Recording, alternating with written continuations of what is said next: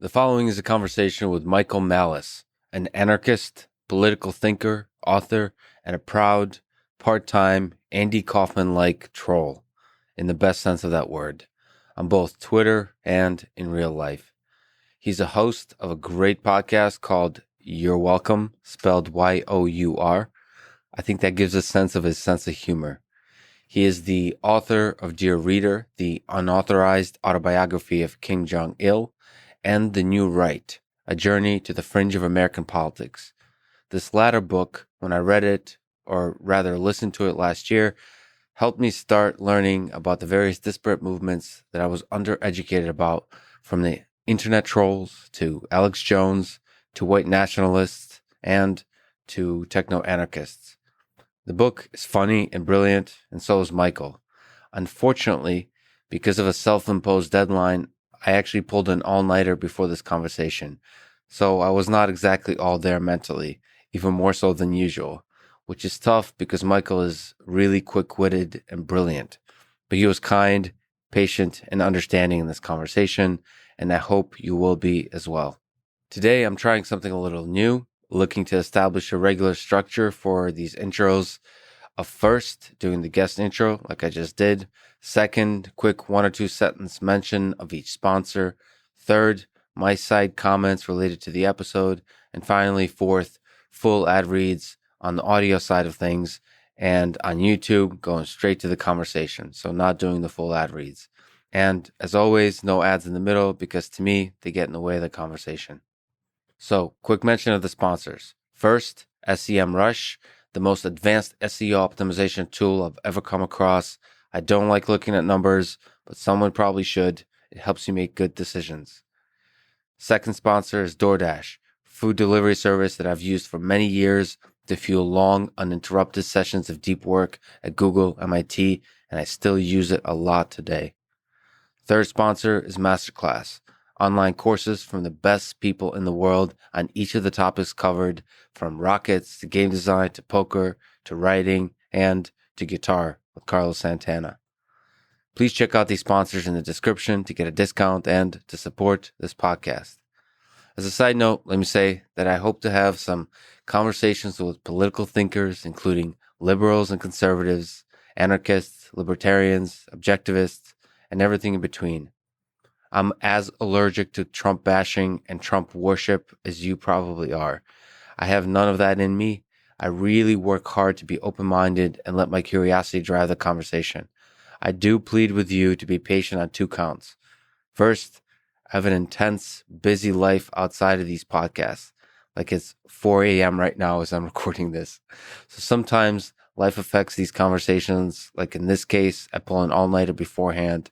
So please be patient with me if I say something ineloquent, confusing, dumb, or just plain wrong.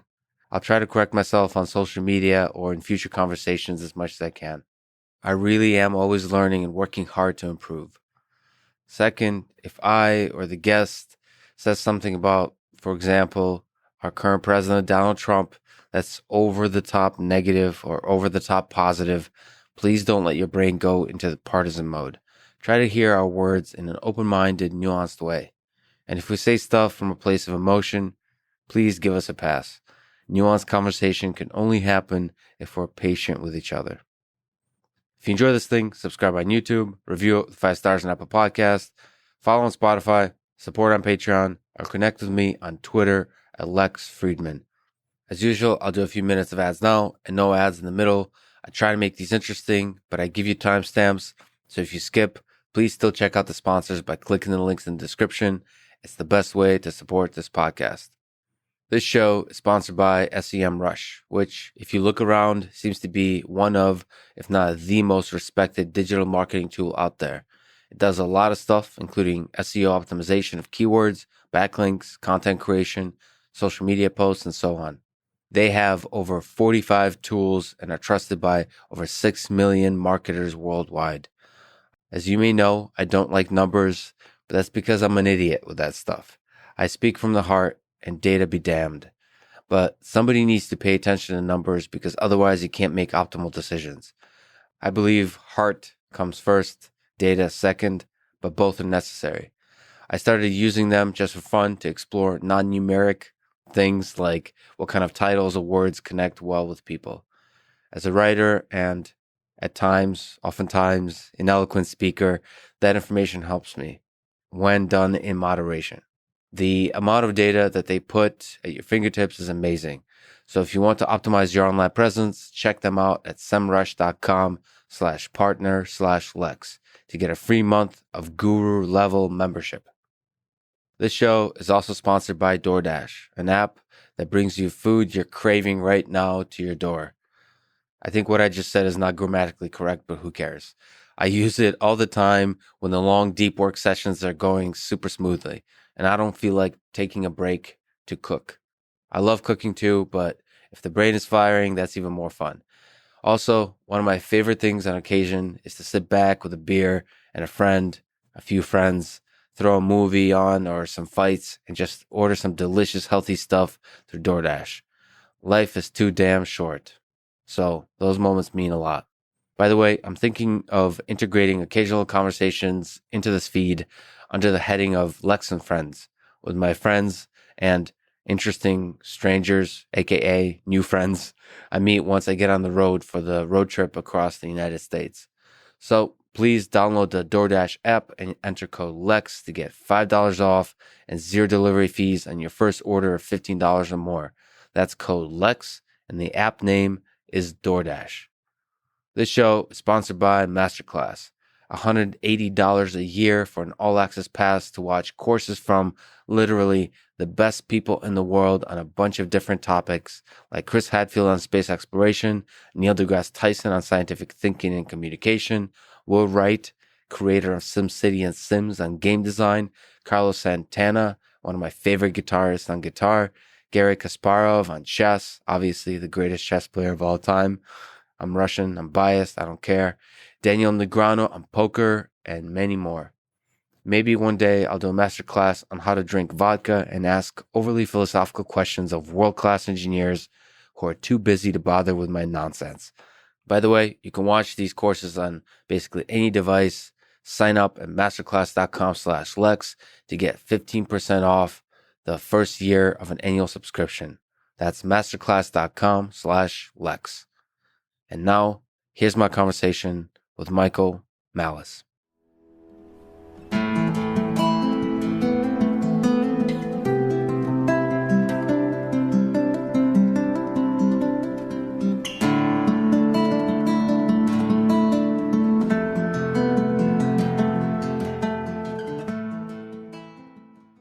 There was a Simpsons episode where he starts mixing like sleeping pills with like pet pills, and he's driving his truck. And I want to see what happens if he mix Red Bull and Nitro Cold Brew. This is a lineup of drugs. This is gonna be so fun. Yeah. Let's start with love. Yes. Я тебя люблю очень много. Yeah. So one thing we'll eventually somehow talk about, it'll be a theme throughout, is that you're also Russian. Yes. A little bit less than me. But why? Because I'm from Ukraine. Oh, you're from Ukraine? From Were you Lvov. not? Okay. Wow. No, because you came here a little bit when you were younger. Yeah. I came here when I was 13, so I saturated a little bit of the Russian soul.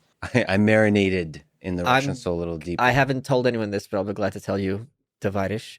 I haven't been back since I was 2. And next summer, it looks like me and my buddy Chris Williamson, who's also a podcaster, he's British, Modern Wisdom. He looks like Apollo. We looks like we got a videographer. Which Apollo? Apollo the Creed? God. He looks like the God Apollo. Yeah, he's like a model. I thought you were talking about Rocky. So we're going to go for the first time to see where I came from. Which is in Ukraine. We're going to go to Lvov and either St. Petersburg or Moscow, probably St. Petersburg or both. It's going to be intense. It's going to be a lot of panic attacks, I feel. And your Russian is okay? Как ты думаешь? Хорошо, понимаешь? No, you can't talk Russian in Ukraine, or it's like they get offended. Yeah, but then you also want to go to Russia. Yeah. I don't know. For me, there's several people in Russia I want to interview on a podcast. Okay. So one of them is Grigoriy Perelman, which is a mathematician, and the other person is Putin. You know what my favorite Putin story is? Do you know this? No. When he had Merkel with him, do you know this story? No. Merkel's scared of dogs. like petrified of dogs. So he brings in his black lab. It's a Labrador. It's like the sweetest animal, and it's all over her. And there's pictures, and she's sitting like this, and she's terrified. And he's like, "What's wrong, Angela?" He's just completely trolling her. Yeah, he's aware of the sort of the narrative around him. Yeah, and then he plays with it. yes. He enjoys it. It's a very Russian thing. My friend wanted to do a film about me. He goes, I realized you guys aren't like us at all. You just like look at us. And then I started telling him stories about the upbringing. And he's like, oh my God. And as I'm telling them, I'm like, wow, this stuff is really crazy. Like how we are wired. Who's the we? Your friend is... The friend's American. I'm saying the way Russians are brought up and the way maybe, I don't think it was just my family. I bet you had similar things. Here's an example. I had a buddy staying with me. He had a problem with his roommate. So he crashed at my place. Fine. I went to the gym and I come back and he goes, and my apartment building is four apartments. So it's not like a huge thing.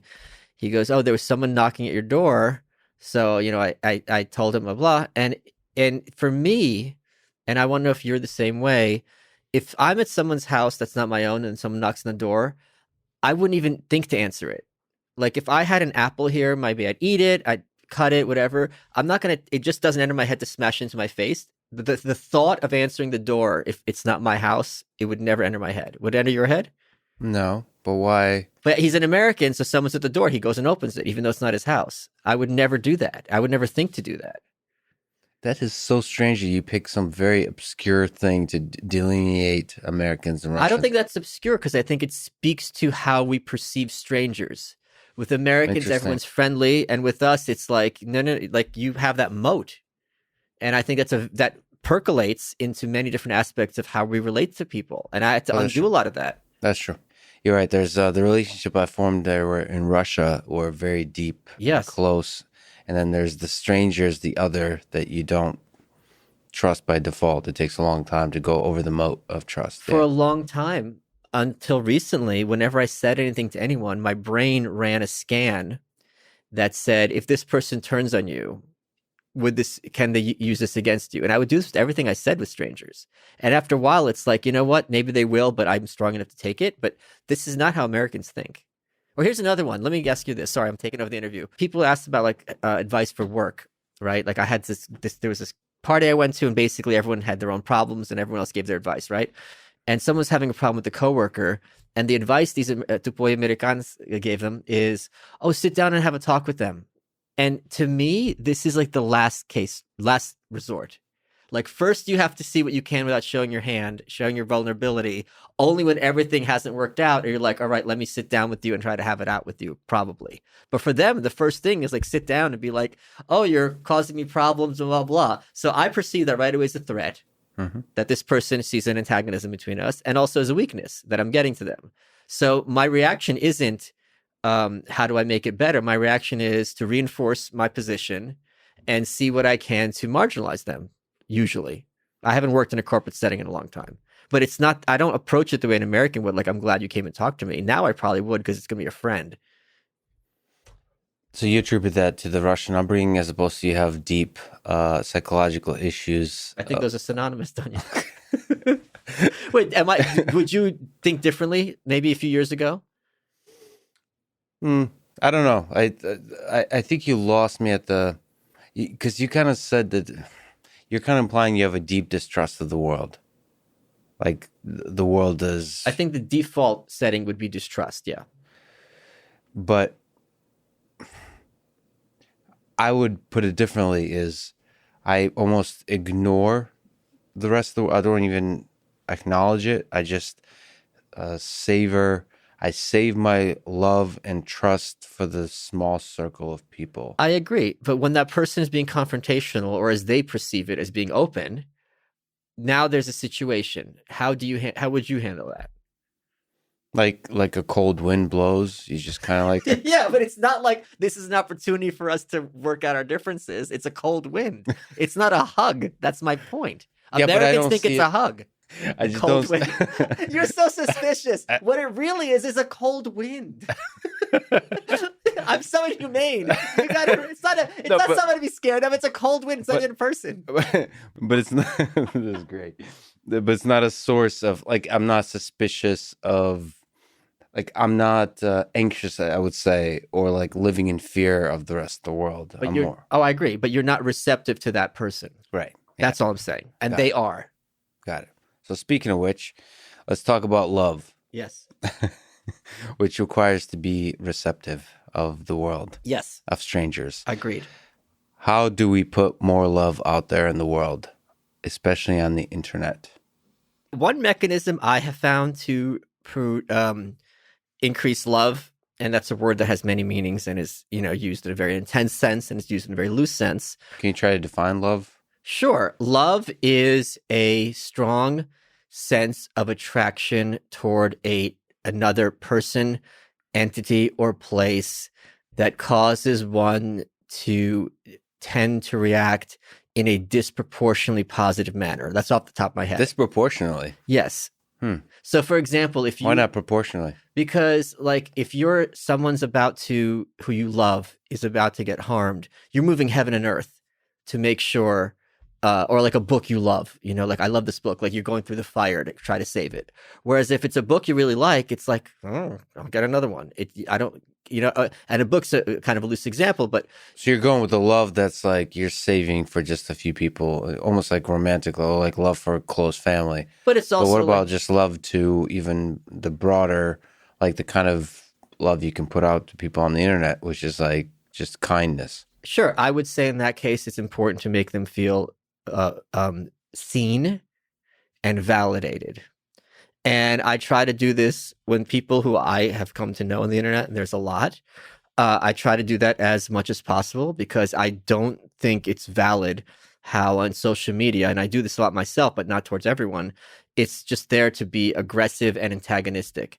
You should be antagonistic towards bad people, and that's fine. But at the same time, there's lots of great people.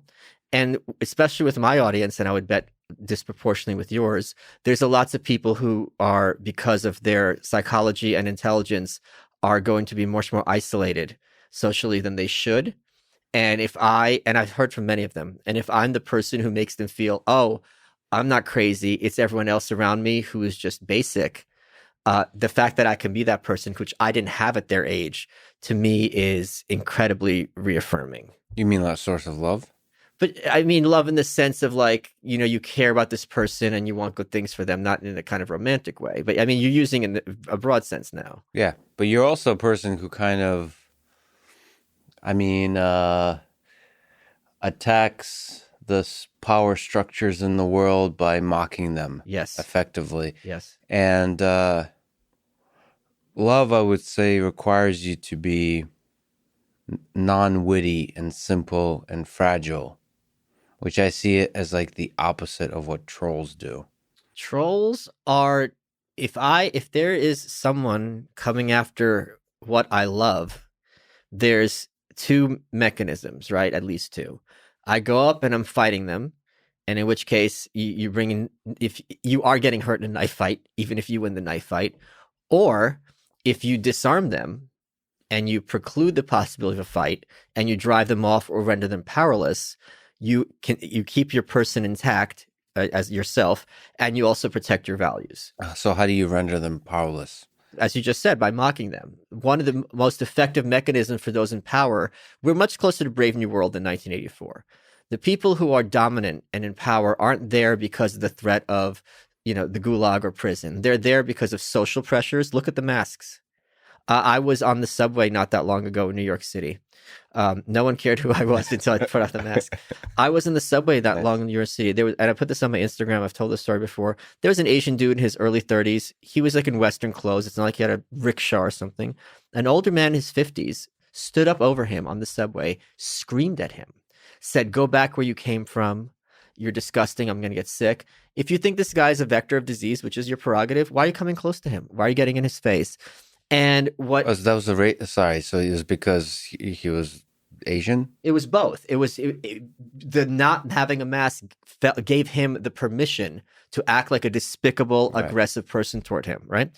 And the point being, a lot of these mechanisms for social control are outsourced to low quality people because this is their one chance to assert dominance and status over somebody else. So the best way to diffuse that isn't with weaponry or fighting, it's through mockery, because all of a sudden their claims to authority are effectively destroyed. So let me push back on that. What about fighting that with love, with patience and like kindness towards them? I don't think kindness is, I think that would be a mismatch and inappropriate. There's Superman, there's Batman, okay? And Superman's job is to help the good people, and Batman's job is to hurt the bad people. And I will always be on the Batman side than the Superman side. Both wear silly tight costumes. One has pointy ears. Both are ridiculous. So it's one's a billionaire who gets, he's swimming in trim. Which one is the billionaire? Batman. Okay, I'm undereducated on on the superhero movies. I apologize. Okay, but you're just saying your predisposition is to be on the Batman side, is to fighting the bad guys. Yeah, and it's what I'm good at.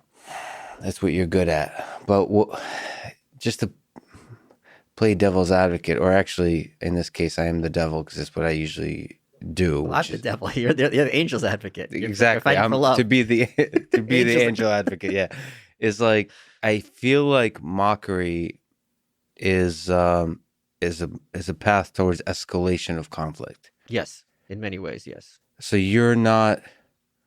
I mean, it's kind of like guerrilla warfare. I mean, you're not going to win. I am winning. We're all winning. We're winning on a daily. This is my next book. We're winning. We've won before. I'm not joking. The topic of the next book. Yes, is the white pill. The white pill is that we are winning. The most horrible people are being rendered into laughing stocks on a daily basis on social media. This is a glorious thing. I so disagree with you. I disagree with you because there's side effects that are very destructive. It feels like you're winning, but we're completely destroying the possibility of having like a cohesive society. That's called oncology. What's that mean? Curing cancer. No, Your concept of a cohesive society is, in fact, a society based on oppression and not allowing individuals to live their personal freedom. Oh, so your utopian view of the world. You're the utopian. You're saying cohesive society. I'm saying I don't need that. I'm saying there's going to be conflict. Freedom. Right. There's going to be conflict. You and I are disagreeing right now. That's not cohesive. Doesn't mean we like each other less. Doesn't mean we respect each other less. Cohesive it's just a euphemism for like everyone submitting to what I want. No, I mean cohesive could be that. It could be like enforced with violence, all that kind of stuff. Sort of the libertarian view of the world, but it could just be being respectful and kind of each other, and kind towards each other, and loving towards each other. I mean, that's what I mean by cohesive. So when people say free, it's funny. Like freedom is a funny thing. Because freedom can be painful to a lot of people. It's all matters how you define it, how you implement it, how it actually looks like. Sure. And I'm just saying, it feels like the mockery of the powerful leads to further and further the divisions. It's like it's turning life into a game, to where it's always you're creating these different little tribes and groups, and you're constantly fighting the groups that become a little bit more powerful by undercutting them through guerrilla warfare kind of thing. And that's what the internet becomes, is everyone's just mocking each other, and then certain groups become more and more powerful, and then they start fighting each other into they form groups of ideologies, and they start fighting each other in the internet, where the result is it doesn't feel like the common humanity is highlighted. It doesn't feel like that's a path of progress. Now, like when I say cohesive, I don't mean like everybody has to be, enforcing equality, all those kinds of ideas. I just mean like not being so divisive. That's like, so it's going back to the original question of like, how do we put more love out in the world on the internet? I want divisiveness. So you think divisiveness is the goal? That's very interesting. It's the goal. So we started this conversation by you talking about you have love for that small group. I think we both would agree to have a bigger group would be better, especially if that love comes from a sincere place. I think our country, I wrote an article about this 4 years ago, that it's time to disunite the states and to secede. This country has been held together with at least two separate cultures, with thumbtacks and string, for over 20 years. There's an enormous amount of contempt from one group toward another. This contempt comes from sincere place. They do not share each other's values. There's absolutely no reason, just like any unhealthy relationship, where you can't say, you know what, it's not working out. I want to go my own way and live my happiness. And I genuinely want you to go your way, live your happiness. If I'm wrong, prove me wrong. I'll learn from you and take lessons, and vice versa. But the fact that we all have to be in the same house together is not coherent. And that's not love. That is the path towards friction and tension and conflict. Do you think there's concrete groups? Like, is it as simple as the two groups of blue and red?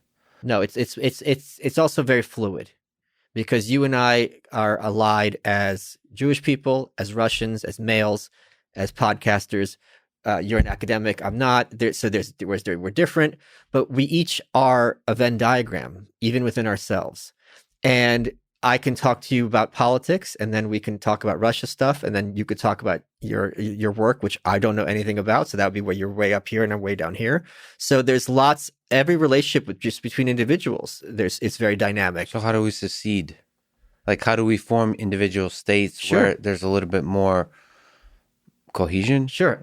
And voluntary cohesion. So the first step is to eliminate the concept of political authority as legitimate, and to denigrate and humiliate those who would put themselves in a position in which they are there to tell you how to live your life from any semblance of validity. And that's starting to happen. If you look at what they had with the lockdowns, Cuomo and de Blasio in New York, I was tired a couple weeks ago, and I said to my friend, "Oh, just click, maybe I have COVID." And he goes, "It's not possible." I go, "What do you mean?" And he goes, "We haven't had any deaths in like 2 months. And there's only like 100 cases a day for like 2 months." And I go, you're exaggerating, because everything was still closed. Mm-hmm. And I looked at the numbers, and he wasn't exaggerating. And there's no greater American dream to me than an immigrant family comes to the States, forms their own little business. Maybe mom's a good cook, as a restaurant, dry cleaner, fruit stand. And those people aren't going to have a lot of money. Those are the first ones who lost their companies because of these lockdowns. Cuomo, who's the governor of New York, opened up the gyms. He said, "You're clear to open up." De Blasio said, "We don't have enough inspectors. You're going to have to wait another couple of weeks." To regard that as anything other than literally criminal is something that I am having a harder and harder time wrapping my head around. You said, that's something I'm deeply worried about as well, which is like thousands, it's actually millions of dreams being crushed. That American dream of starting a business, of running a business. What about all the young people who you and I have in our audiences who are socially isolated at best, and now they can't leave their homes? Isolation and ostracism are things that are very well studied in psychology. These have extreme consequences. I read a book called Ostracism, and this wasn't scientific, but basically the author was a psychiatrist, psychologist, whatever. And he had one of his colleagues, they did an experiment. "Let's, for a week, you ostracize me completely. We know and he goes, even knowing it's the experiment, the fact that he wouldn't make eye contact with me and the fact that he ignored me had an extreme emotional impact on me, knowing full well this is purely for experimental purposes." Now you multiply that by all these, the number of kids who were thinking about suicide was through the roof during all this. And my point is, until these people, I would predict like 2024, that's when we're going to have to start having conversations about what personal consequences have to be done for these people, because until then, they're going to do the same thing. So you think there's going to be society-wide consequences of this that we're going to see, like ripple effects because of the social isolation? I know. We also need to talk about consequences for Cuomo and de Blasio. Because if politicians respond to incentives, and the incentives are there for them to be extremely conservative, because if you have to choose, as Cuomo said in a press conference, between 1,000 people dying and 1,000 people losing their business, it's not a hard choice, and he's right. But at a certain point, it's like, all right, you're losing both. You're you're making these decisions and not having consequences for it, and you're going to do it again the next time. So we need to make sure you're a little scared. Okay. And I don't know what that would mean. But you're laying this problem, this this incompetence. I don't think it's At the- incompetence. I think it's very competent. I think their It's job is to be able, malevolence. yes. But but you're laying it not at the hands of the individuals, but the structure of government. It's both, yes. How would we deal with it better without centralized control? Well, we didn't really have centralized control because every country and every state, handled it in a different mechanism. But a city has centralized control. Just, yeah. Right. I mean, No, that's not true. So Cuomo and de Blasio, they had a lot of disagreements over this over the months, and this was actually a source of great interest and tension. De Blasio wanted, at one point, was talking about like quarantining people in their homes. Cuomo was like, "You're crazy." Same thing with the schools, same thing with the gyms, and there were other such examples. But the point being, this was an emergency. This is World War I. I talked about this on Tim Pool's show. Was very dangerous, because it gave a lot of evil people some very useful information about what the country would put up with and what they can get away with under wartime. And this set the model for things like the New Deal and the other things of that nature.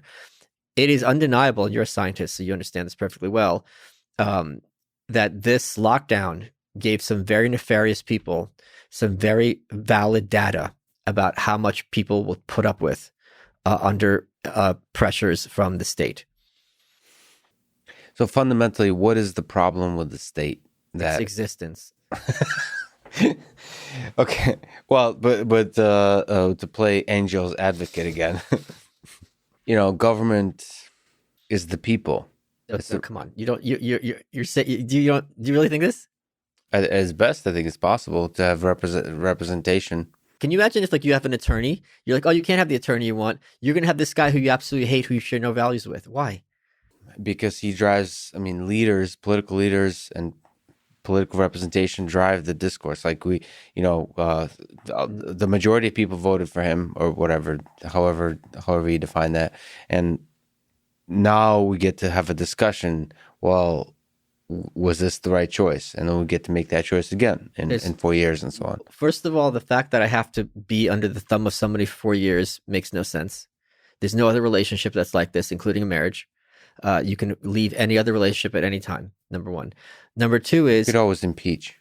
But they did that. Part of it, I'm in just saying that there's, the mechanisms are flawed in many ways, yeah. Yeah, right. And so that's number one. Number two is, it doesn't make sense that if I don't want someone to represent me, that because that person is popular, that they are now in a position to. So having representation and having citizenship based on geography is a pre-landline technology in a post-cell phone world.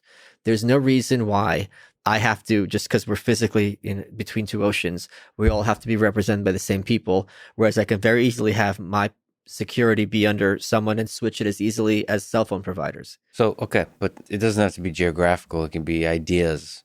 Sure. This country represents a certain set of ideas. Yes, it does. It started out geographically. It still is both. geographic. It started off as ideas as well. It was intricately, that's the way humans are. There was no internet. So Sure. You were geographically in the same location, and you signed a bunch of documents, and then you kind of debated, and you wrote a bunch of stuff, and then you agreed on it. Okay. You understand that no one signed these documents and no one agreed to it. As Lysander Spooner pointed out over 150 years ago, the Constitution or the social contract, if anything, is only binding to the signatories. And even then, they're all long dead. So it's this fallacy that somehow, because I'm in a physical place, I have agreed, even though I'm screaming at you in the face that I don't agree, to be subordinate to some imaginary invisible monster that was created 250 years ago. And this idea of if you don't like it, you have to move. That's not what freedom means. Freedom means I do what I want, not what you want. So if you don't like it, you move. Okay, just to put some, I don't like words and terms. 11101110. Yeah, exactly. Is that what your language like? It is. I'm translating it all in real time. But would you call the kind of ideas that you're advocating for and we're talking about anarchy? Yes, anarchism, yes. Okay, so let's get into it. Can you try to paint the utopia that an anarchist worldview dreams about? The only people who describe anarchism as utopia are its critics. If I told you right now, and I wish I could say this factually, that I have a cure for cancer, that would not make us a utopia. That would still probably be expensive. We would still have many other diseases. However, we would be fundamentally healthier, happier, and better off, all of us. Then democracy. So, sorry, I jumped back from the cancer. No, analogy, then democracy or government. So it's only curing one major life-threatening problem, but in no sense is it a utopia. So what can we try to answer this question? Same question many times, which is, what exactly is the problem with democracy? The problem with democracy is that those who need leaders are not qualified to choose them.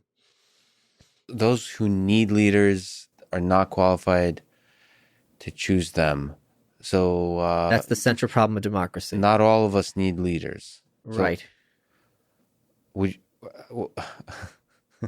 what does it mean to need a leader? Are you saying like people who are actually like free thinkers don't need leaders kind of thing? Sure.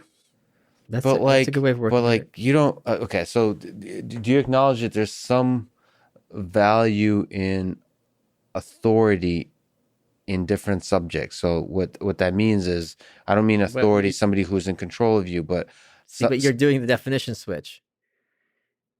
Because I am. Yeah. You're right. It's unfair. Okay, that was bad. But that's what they do. That's their trick. Yeah. And this is one of the useful things, by the way, let's just total sidebar. Yeah. If people ask me for advice, I always tell them, if you're going to raise your kids, raise them bilingual. Because I was trilingual by the time I was 6, and that teaches you to think in concepts. Whereas if you only know one language, you fall for things like this, because using authority in the sense of a policeman and someone is authority in physics, it's the same word. Conceptually, they're extremely different.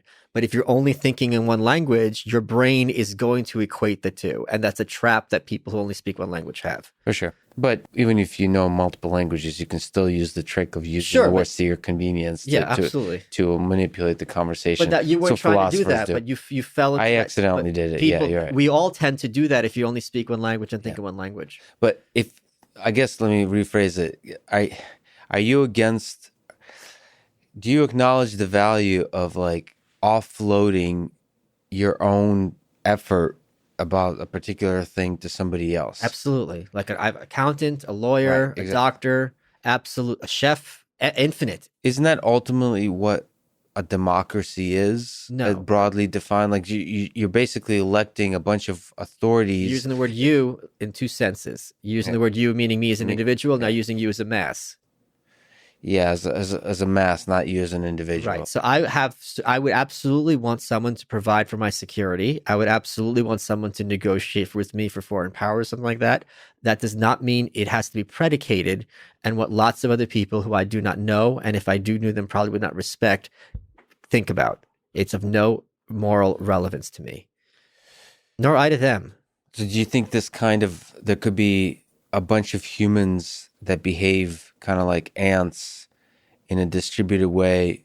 There could be an emergent behavior in them that results in a stable society. Like, isn't that the hope with anarchy, is like without an overarching but ants are the worst example here, because ants have a very firm authority.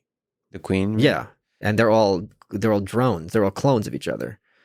Yeah, but so if you forget the queen, their behavior, they're all, well, from your perspective, from your human intelligent perspective, but from their perspective, they probably see each other as a bunch of individuals. No, they don't. Ants are very big on altruism in the sense of self-sacrifice. They do not think the individual matters. They routinely kill themselves for the sake of the hive and the community. But that's from the outside perspective. From the individual perspective of the individual, they probably they don't see it as altruism. Right, but they view, and they're right, because the ant's life is very ephemeral and cheap, that it's more important to continue this mass population that one individual ant live. Like bees are another even better example. The honeybee, when they sting, they only sting once and they die. And they do it gladly because it's like, okay, this community is much more important than me. And they're right. Yeah. Okay. So fine. Let's forget. I'm being pedantic, but it's important, I think. I'm not just being pedantic for the sake of being pedantic. But there's something beautiful that I won't argue about, because there's an interesting point there about individualism of ants. I do think they're more individual. But let's give your view of ants that they're communists. Okay, let's go with the communist view of ants. Okay, yeah.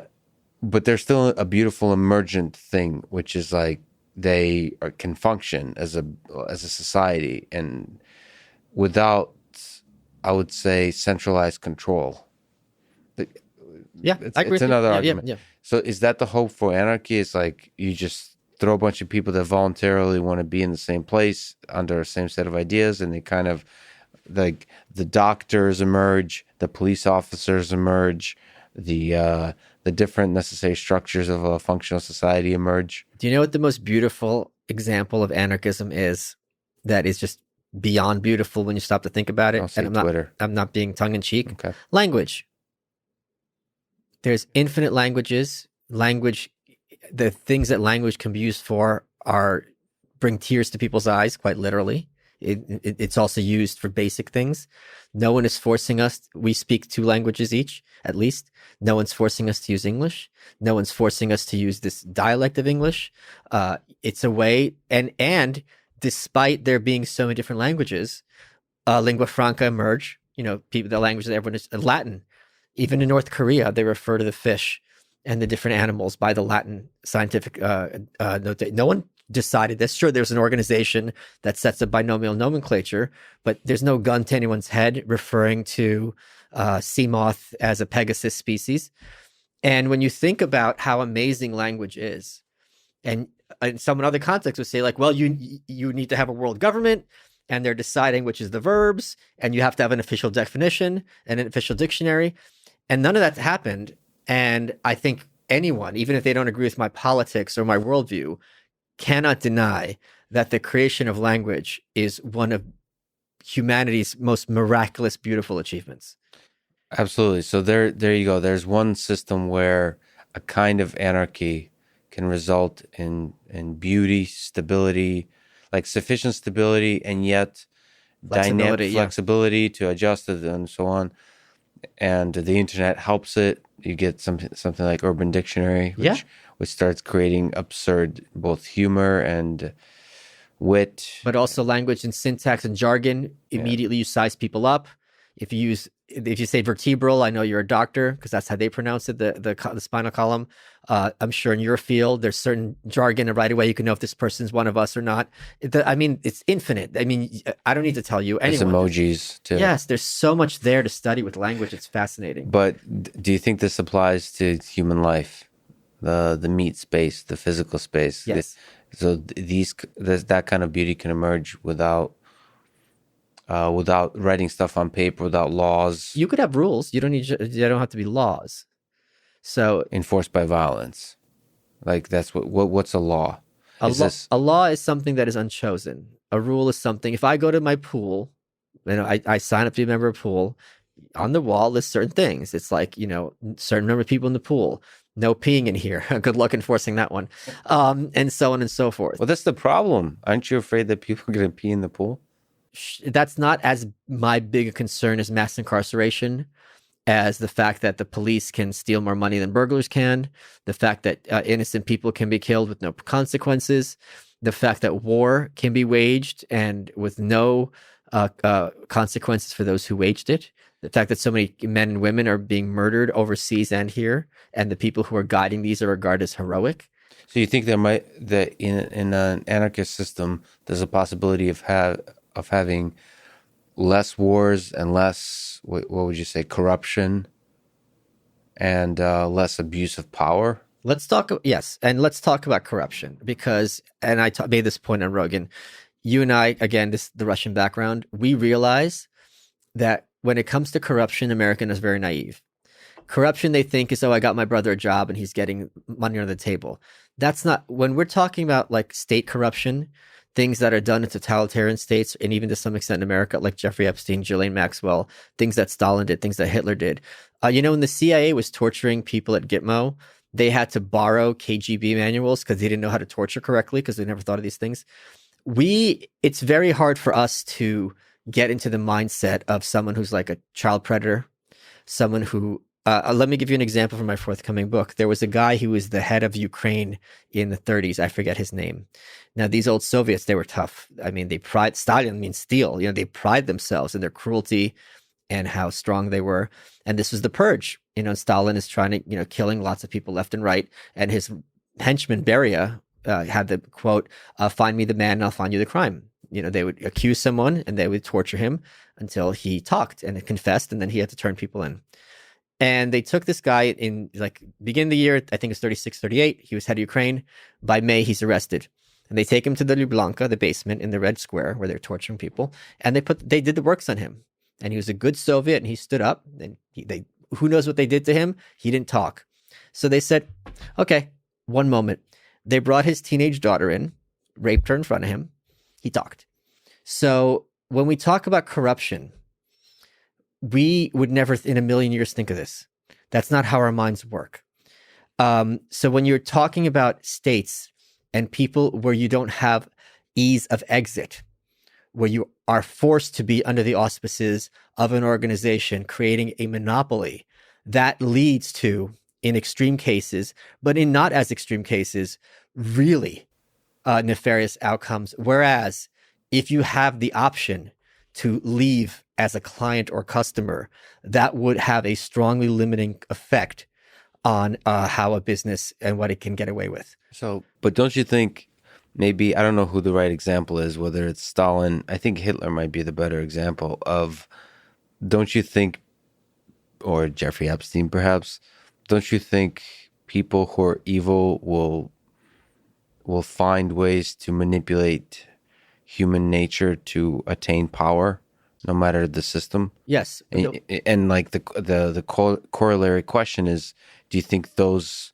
people can get more power in a democracy, when there's a government already in place? They can. It's easily they get more power, more dangerous to have a government in place. First of all, sociopaths are known for their charm and for their warmth. Here's the two situations. In a free society, I'm a sociopath. I'm an evil person. I'm the head of Macy's. In a state society, I'm an evil person. I'm a sociopath. I'm the head of the U.S. government. Which of these are you more concerned with? It's like night and day. So you would have far more decentralized military. You would have far more decentralized security forces, and they would be much more subject to feedback from the market. If you have an issue with Macy's or any store with a sweater, look at that transaction. If you have an issue with the state, hiring a lawyer costs more than a surgeon. To even access the mechanism for dispute is going to be exorbitant and price poor people out of the market for conflict resolution immediately.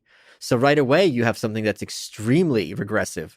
And even though this is touted as some great equalizer, it's quite the opposite. So in current society, there's deep suspicion of governments and states. Not really. Well, like just your example of Macy's. I mean, don't you think a Hitler could rise to be at the top of a social network like Twitter and Facebook? Okay, let's suppose Hitler ran Twitter. Okay, let's take this thought experiment seriously. Yeah. Literally, what could he do? So the only tweets are going to be about how much the Jews suck, right? Okay, fine. Okay, all the cool people are leaving. There could be some compelling, like you said, evil people are charming. There could be some compelling narratives that could be with conspiracy theories, untruths that could be spread like propaganda.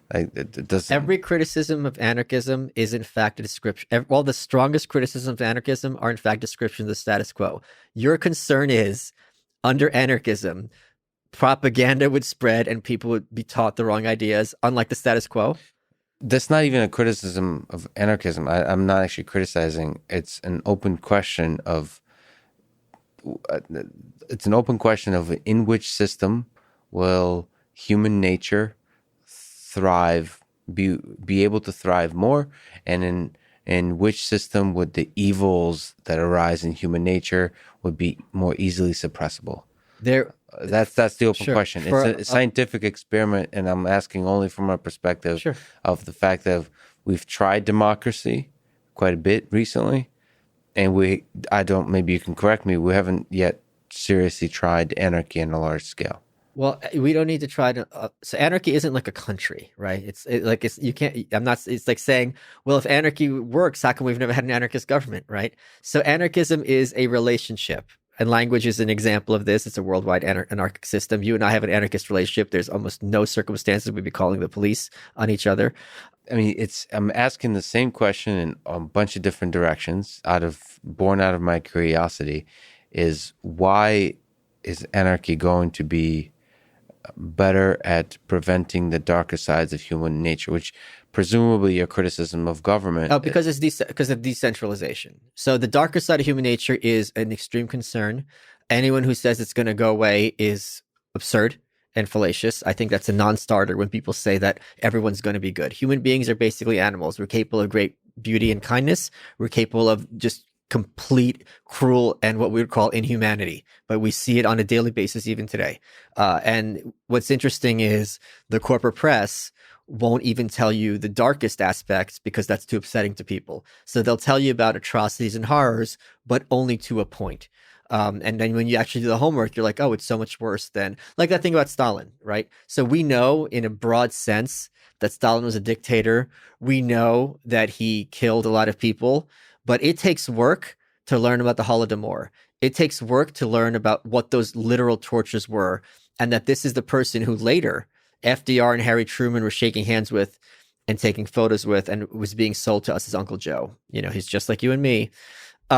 So when you have a decentralized information network, as opposed to having 3 media networks, it is a lot easier for information that doesn't fit what would be the corporate American narrative to reach the populations. And it would be more effective for democracy because they're in a much better position to be informed. Now, you're right. It also means, well, if everyone has a mic, that means every crazy person and with their wacky views. And at a certain point, yeah, it has to become, then there's another level, which is then the people have to be self-enforcing. And you see that on social media all the time when someone says this, the other person jumps in. You think, but isn't social media a good example of this? Like, so you think ultimately without centralized control, you can have stability? Like, what about the mob outrage and the mob rule, the power of the mobs that emerge? Power of the mob is a very serious concern. Gustave Le Bon wrote a book in the 1890s called The Crowd, and this was one of the most important books I've written because it influenced both Mussolini and Hitler and Stalin, and they all talked about it. And he made the point that under crowd psychology, and lynching is another example of this, none of those individuals, or very few, would ever dream of doing these acts. But when they're all together and you lose that sense of self, you become the ant, and you lose that sense of individually, you're capable of doing things that, like, in another context, you'd be like, I should kill myself. I'm a monster. So you're worried about that, but doesn't the mob have more power under anarchy? No, the mob has much less power in anarchy because under anarchism, every individual is fully empowered. You wouldn't have gun restrictions. You would have people creating communities based on shared values. They'd be much more collegial. They'd be much more kind, as opposed to when you're forcing people to be together in a polity when they don't have things in common.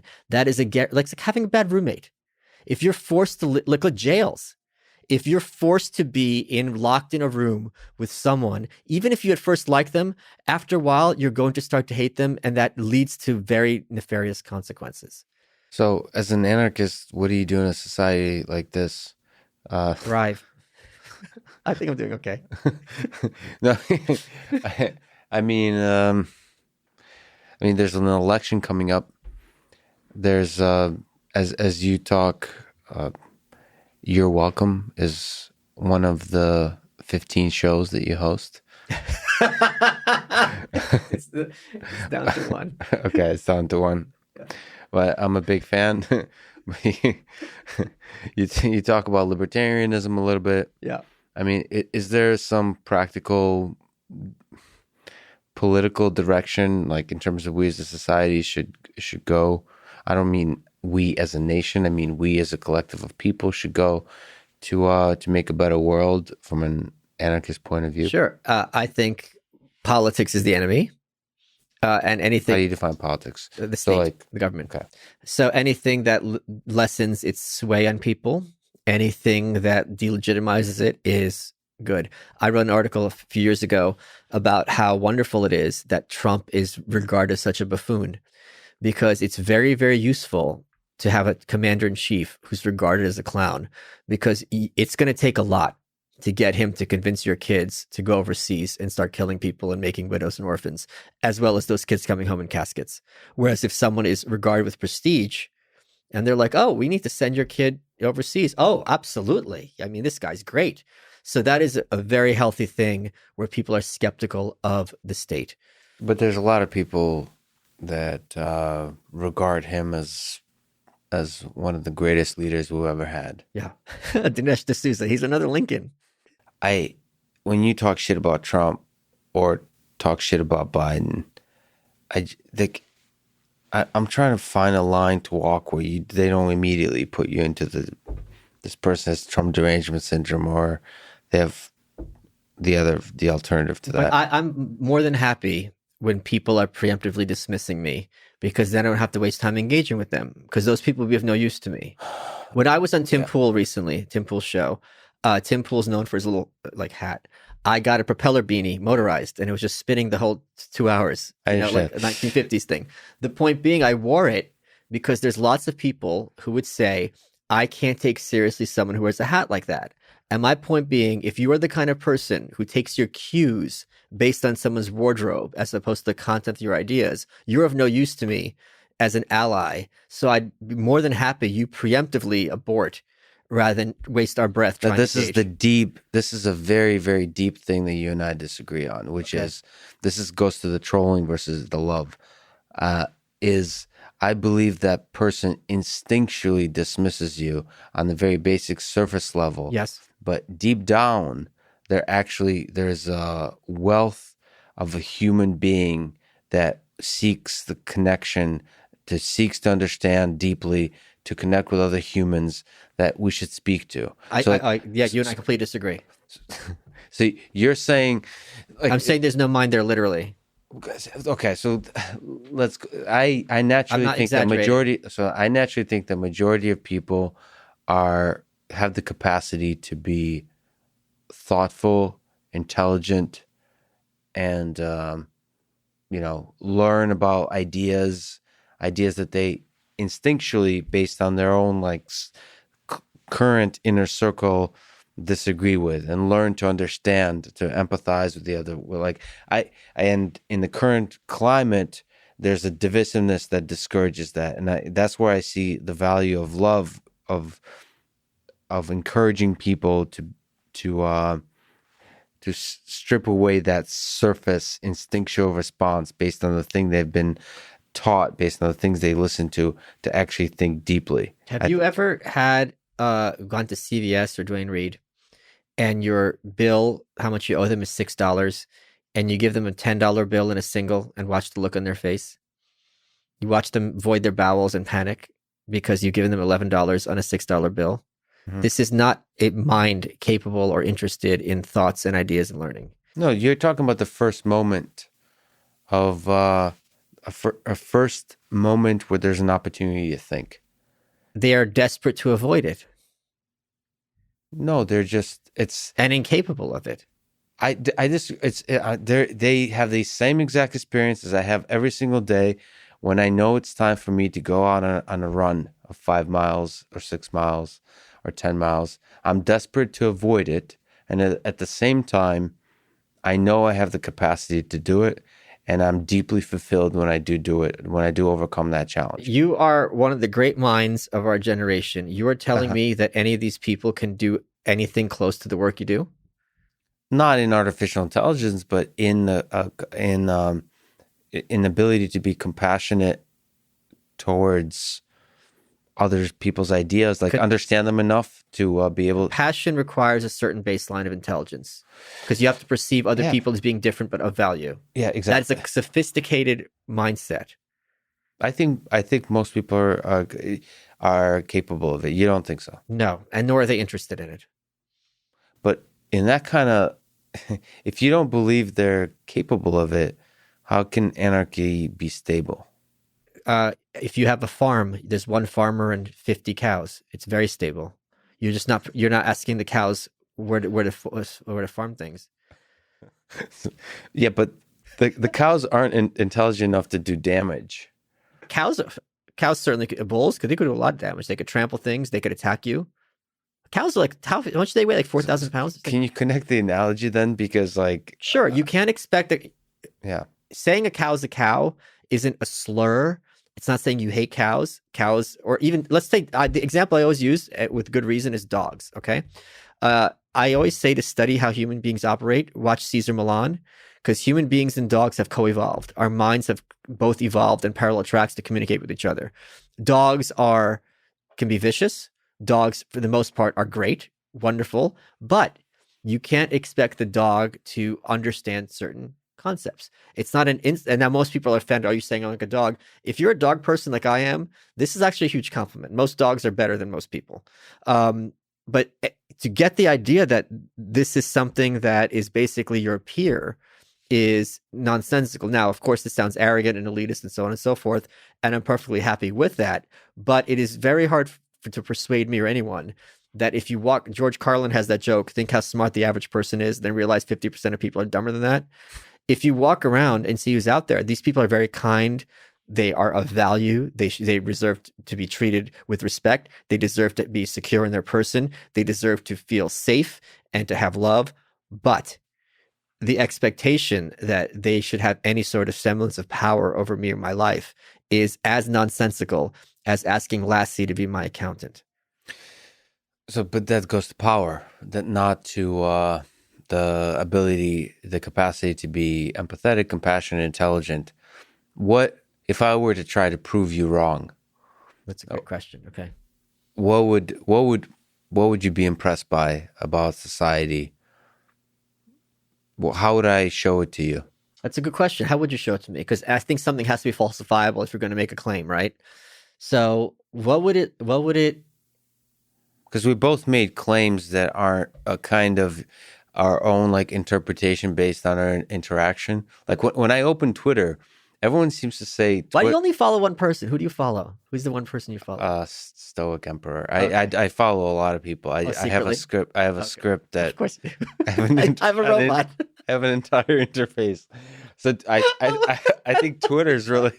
This is real love. It's not ironic love. I love watching it, and I'm sure you do too. Yeah. I love watching a quality mind at work, because when someone has a quality mind, they're often not self-aware. I catch this on myself of how it operates. And then when other people see it, they're like, oh my God, this is so beautiful. Because there's such an innocence to it. Yeah. But like when I open Twitter, I'm energized. There's a lot of love on Twitter. People say like, I love Twitter. I agree. you don't think I have a lot of love on Twitter? My fans pay my rent. I mean, I don't know your experience of Twitter, but when I look at which is a fundamentally different thing. I'm saying my experience so maybe you can tell me what your experience is like as a human. So when I observe your Twitter, I think I wouldn't call it love. I would call it fun. Yes.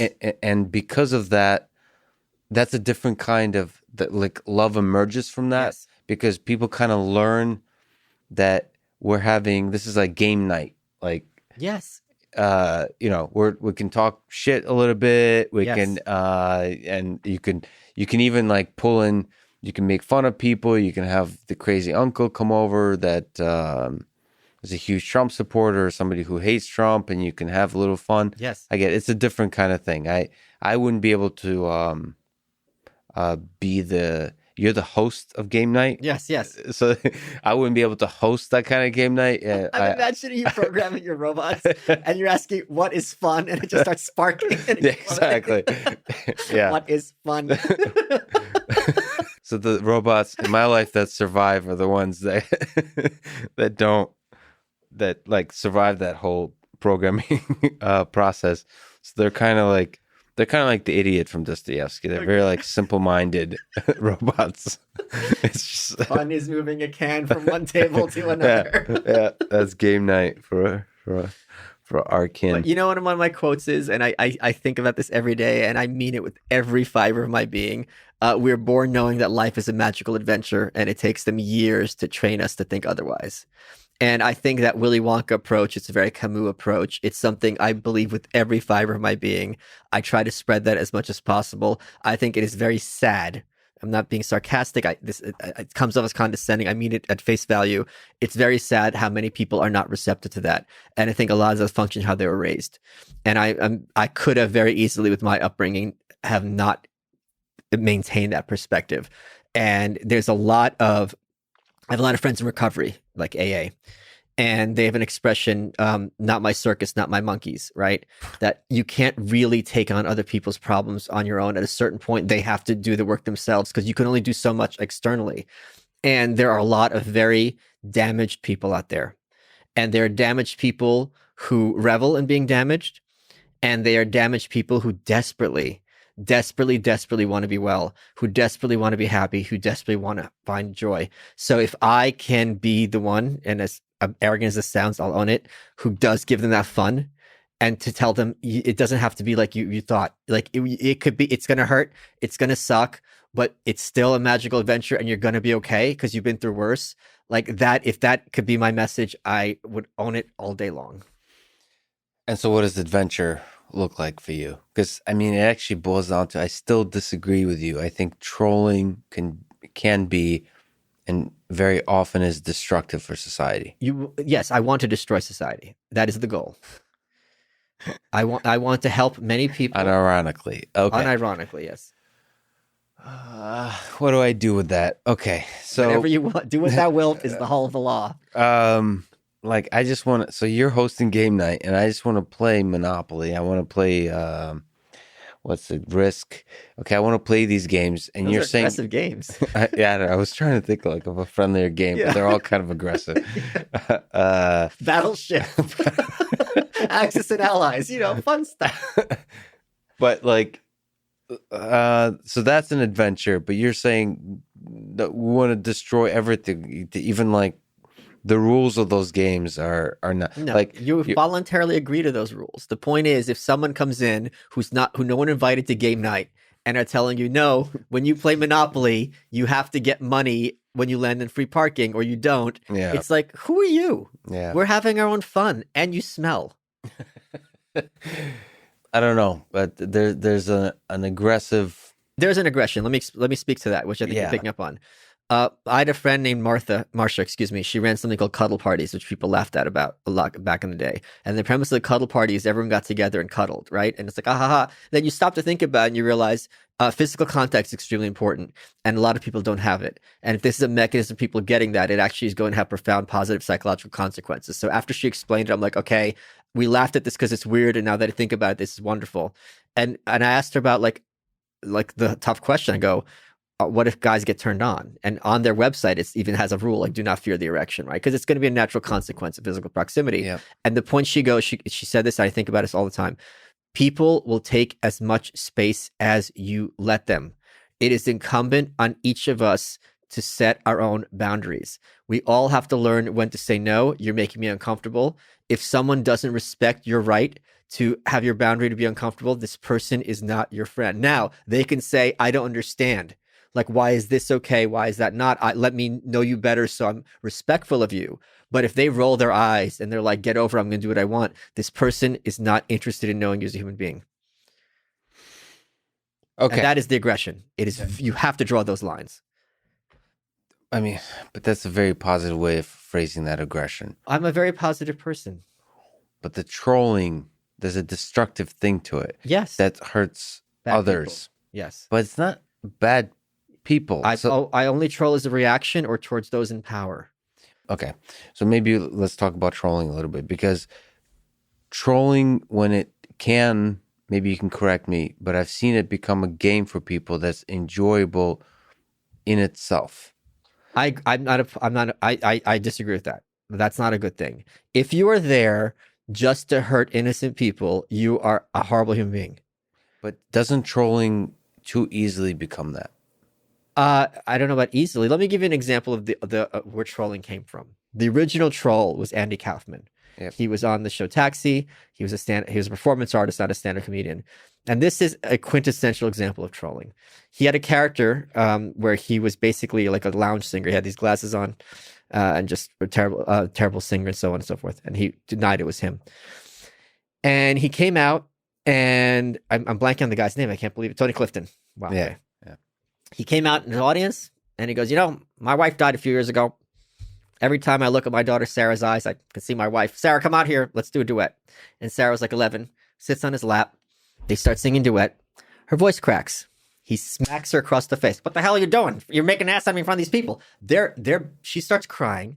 The audience is booing. And he goes, don't boo her. You're just going to make her cry more. Now, it ends. This wasn't his daughter. It wasn't even a child. It was an actress. This was all set up. He's exploiting their love of children in order to force them to be performers. That is trolling. No one is actually getting hurt. It's a humorous, though twisted exchange. If you go online looking for weak people and you are there to denigrate them just for them being weak or in some way inferior to you, that is the wrong approach. I am best on the counterpunch. A lot of times people come to me and they'll be like, I hope you die. You're ugly. You're disgusting. And there's this great quote from Billy Idol, which I'm going to mangle, where he says something to the effect of, I love it when people are rude to me, then I can stop pretending to be nice.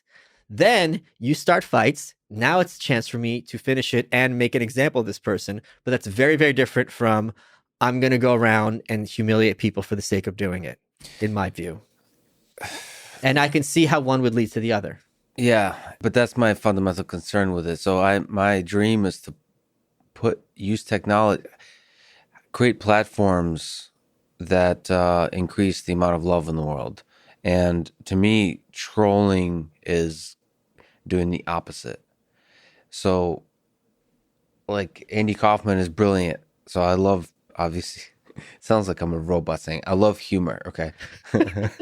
Humor is good. 11101111. But like, I just see like 4chan, I see that you can often see that humor quickly turn. Yeah, because what happens is a lot of low status people, this is their one mechanism through sadism to feel empowered, and then they can hide behind, well, I'm just joking. Like there's this dark thing. Yeah, that's not acceptable. There's that's something a dark I'm a fan of. LOL that people do, which is like they'll say like the shittiest thing, right? And because then they do feel LOL after, like as if I don't even know like what is happening in that dark mind of yours. Because they are feeling powerless in their lives, right? And they see someone who they perceive as higher status or more powerful than them, or even not a peer, and they, through their words, cause a reaction in this person, so they feel like they are, in a very literal sense, making a difference on Earth, and they matter in a very dark way. It's disturbing. This is not. I mean, it's unfortunate that term trolling is used for that, as opposed to what Andy Kaufman does, as opposed to what I do. It really is a sinister thing, and it's something I'm not at all a fan of. Or how do we fight that? So, like a neighboring concept of that is conspiracy theories, which is I don't think they're neighboring at all. Let me give my sort of naive perspective. Maybe you can educate me on this. From my perspective, conspiracy theories are these constructs of ideas that go deeper and deeper and deeper into creating worlds where there's powerful pedophiles controlling things, like these very sophisticated models of the world that, in part might be true, but in large part, I would say are figments of imagination that become really useful constructs and self-reinforcing for then feeding, like empowering the trolls to attack the powerful, the conventionally powerful. I don't think that's a function of conspiracy theories. Now, let's talk about conspiracy theories, because one of my quotes is, you take one red pill, not the whole bottle. This concept that everything in life is at the function of a small cadre of individuals would be, for many people, reassuring. Because as bad as it looks, they, whoever they are, it's usually the Jews, aren't going to let it get that bad, that they will pull back. Or the black pill is that they are intentionally trying to destroy everything, and there's nothing we can do, and we're doomed. And there's an amazing book by Arthur Herman called The Idea of Decline in Western History. It's one of my top 10 books, where he goes through every 20 years how there's a different population that say, it's the end of the world, here's the proof. And very often the proof is something that is kind of self-fulfilling, where it's not falsifiable. And we both have to think of ways to falsify our claims from earlier. Yeah. So it is a big danger. It's a big danger online, because very quickly, if someone who you thought was good but now is bad on one aspect, well, they're controlled opposition, or they've been taken over, or they've been kind of appropriated by the bad people, whoever those bad people would be. I don't know that I have a good answer for this. I don't think it's as pervasive as people think. The number of people who believe conspiracy theory? Right.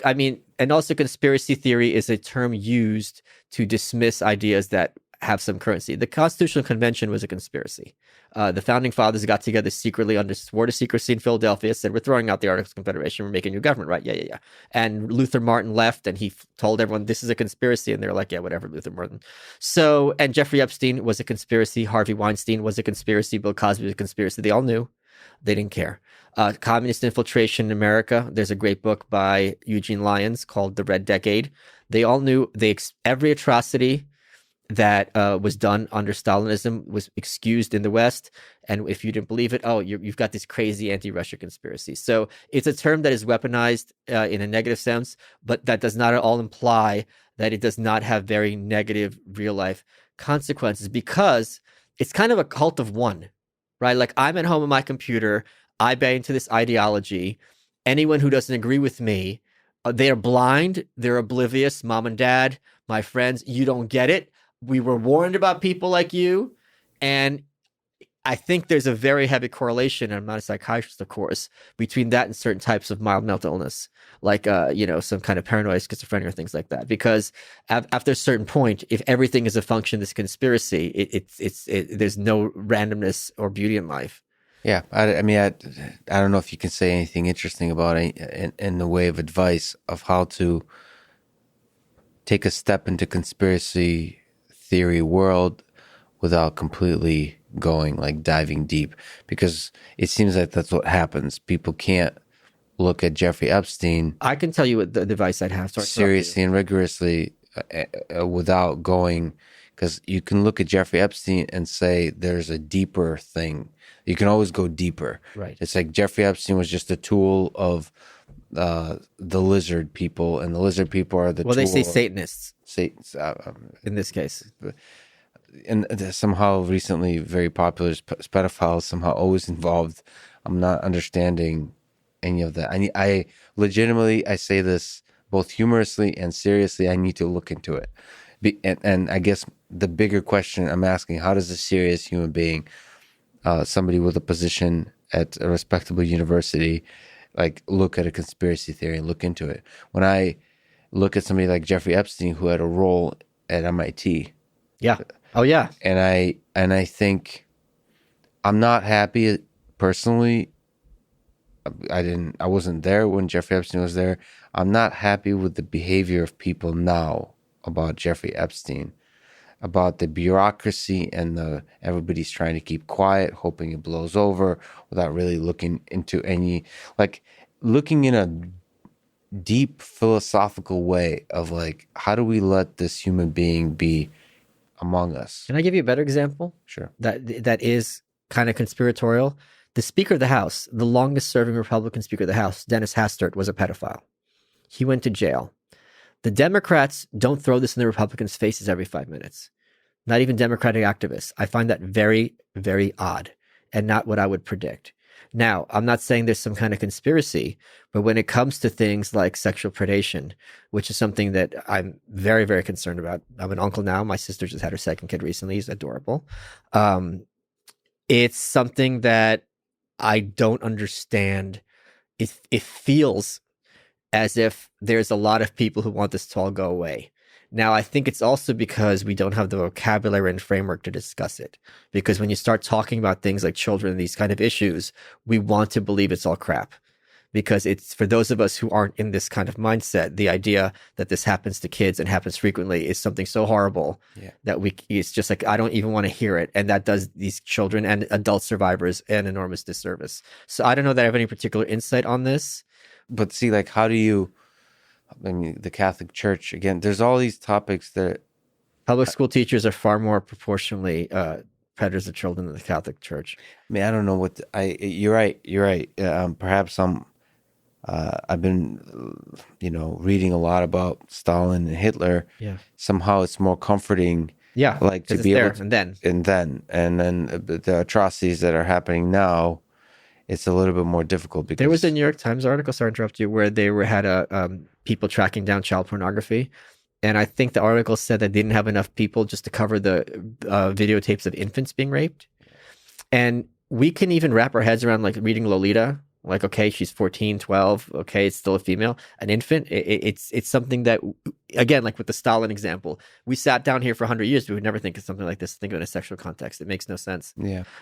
So, and the fact that this is international, okay, we eliminated completely in America. Well, then they're going to go find, there's infants all over the world. There's video cameras all over the world. So then it has to become a conspiracy because someone has to film it. I'm filming it. You're buying it. Your kid. It is literally a conspiratorial, not in the sense of like a mafia conspiracy or some government Illuminati, but are networks designed to produce this product. See, but like what I'm trying to do now, I mean, part of one of the nice things with like a podcast and other things I'm involved with is removing myself from having any kind of boss, so I can do whatever. Yes, it's so wonderful. That had just happened to me. It's the most wonderful thing ever. So I can actually, in moderation, look into stuff. Careful though. I was going to write a book about this, and people pointed out, you sure want to do this research? Because if you start Googling around for this kind of stuff, it's on your computer. Oh, in that sense. Yeah. I'm more concerned about, it's the Nietzsche thing, looking into the abyss. Like, you want to be very, I believe I can do this kind of thing in moderation without slipping into, into the depths. Of course. I think that's intelligence. That's I recently, quote unquote, looked into like the UFO community, the extraterrestrial, whatever community. I think it always frustrated me that the scientific community like rolled their eyes at all the UFO sightings, all that kind of stuff. Even though there could be fascinating, beautiful physical phenomena, like first of all, there could ball lightning. The ball lightning, right? That's at the very basic level is a fascinating thing, and also it could be something like. I mean, I don't know, but it could be something interesting, like worth looking into. Right? My grandfather was an air traffic controller back in the Soviet Union, and he said we saw this stuff all the time. These are planes that were not moving, or whatever things that were not moving according to anything we knew about. Yeah. So it's absolutely real. He's not some jerk with an iPhone in his backyard.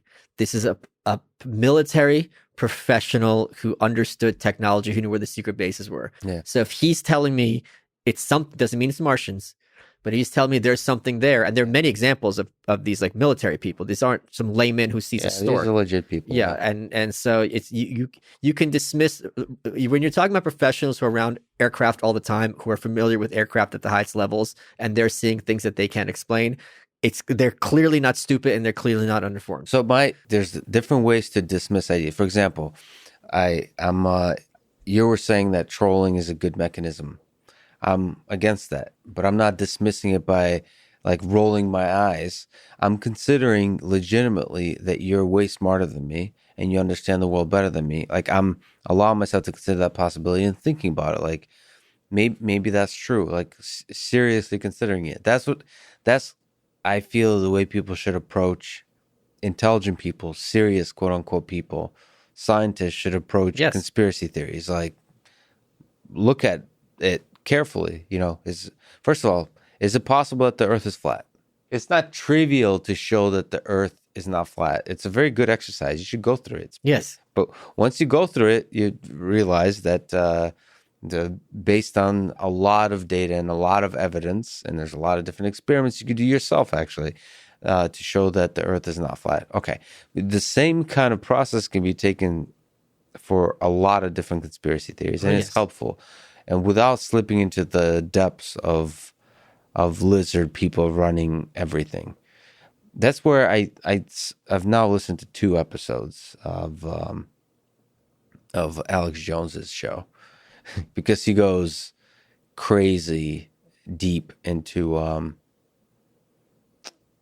different kind of worldviews that I was not familiar with. Right.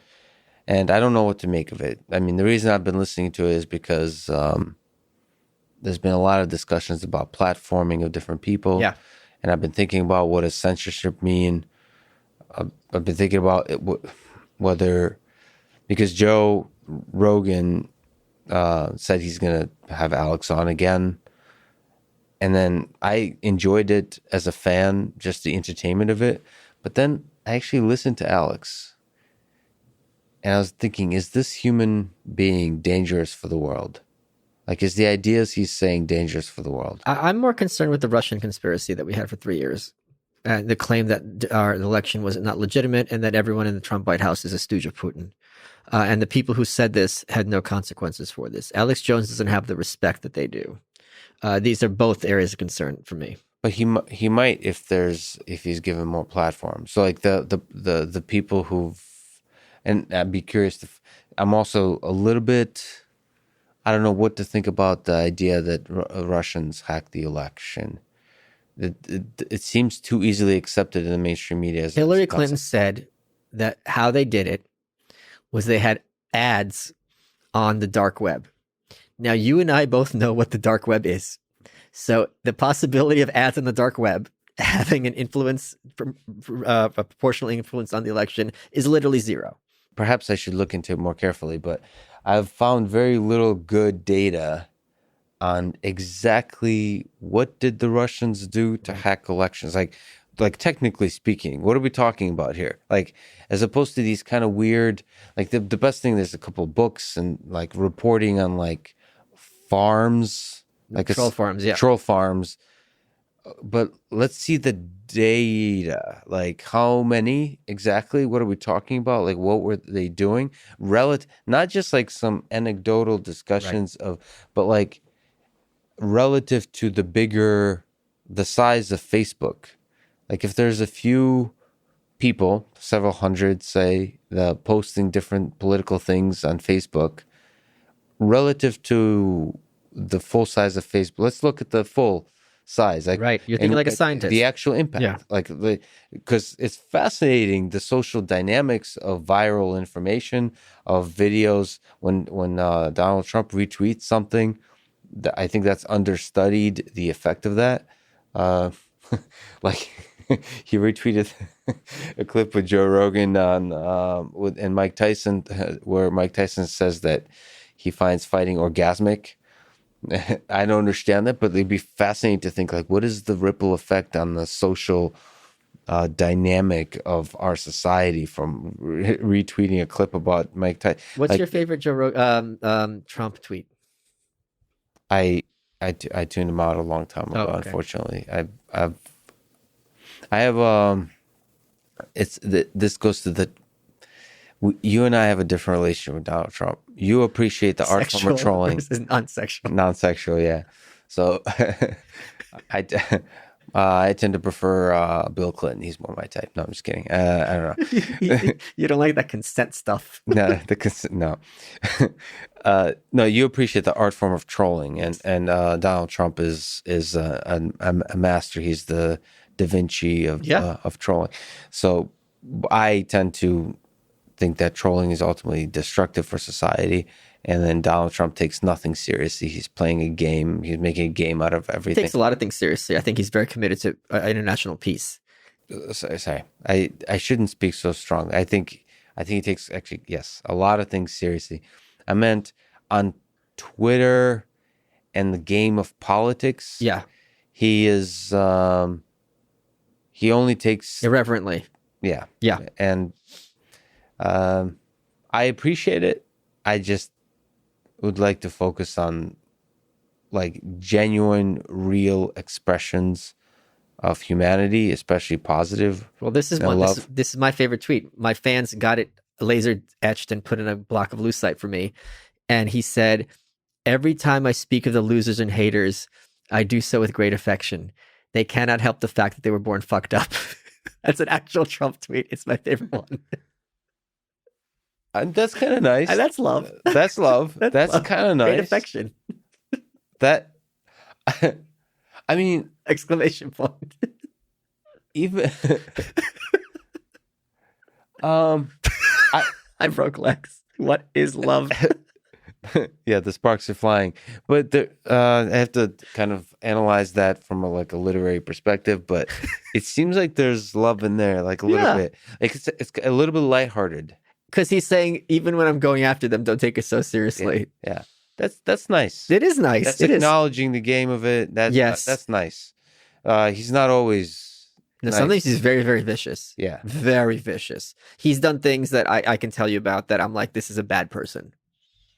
What do you think about okay, listen, for people listening, I do not have Trump derangement syndrome.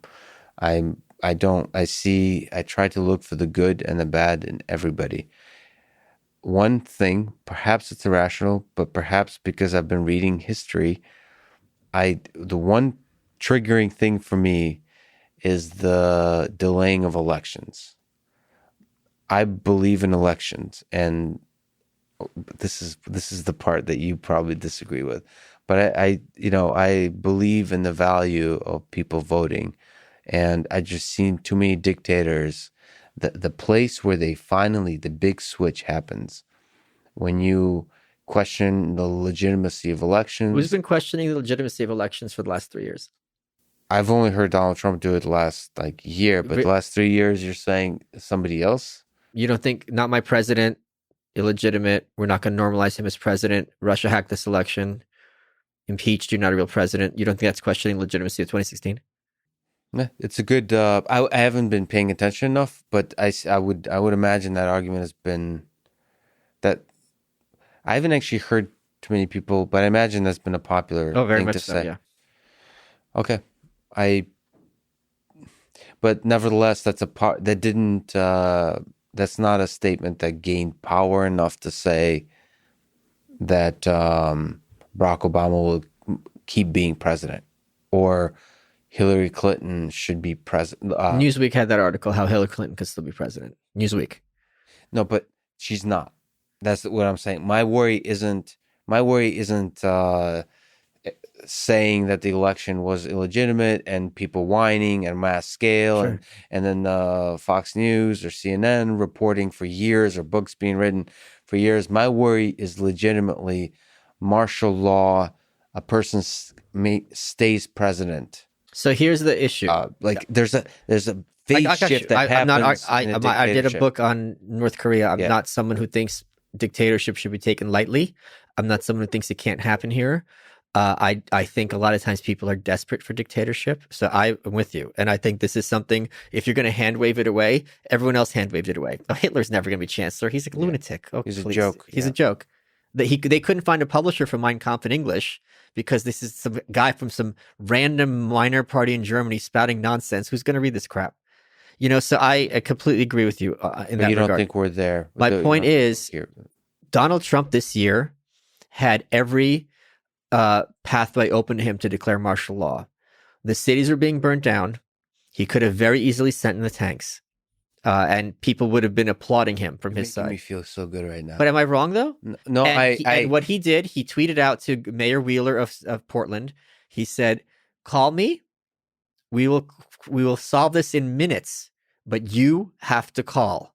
And he sat in his hands, and they said, "Oh, it's his fault. The city is burning down. He's not doing anything." And he goes, "I'm not doing anything until you ask me to do it."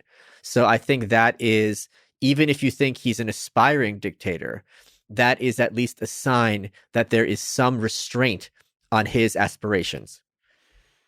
Can I just take that in as a beautiful, moment of hope?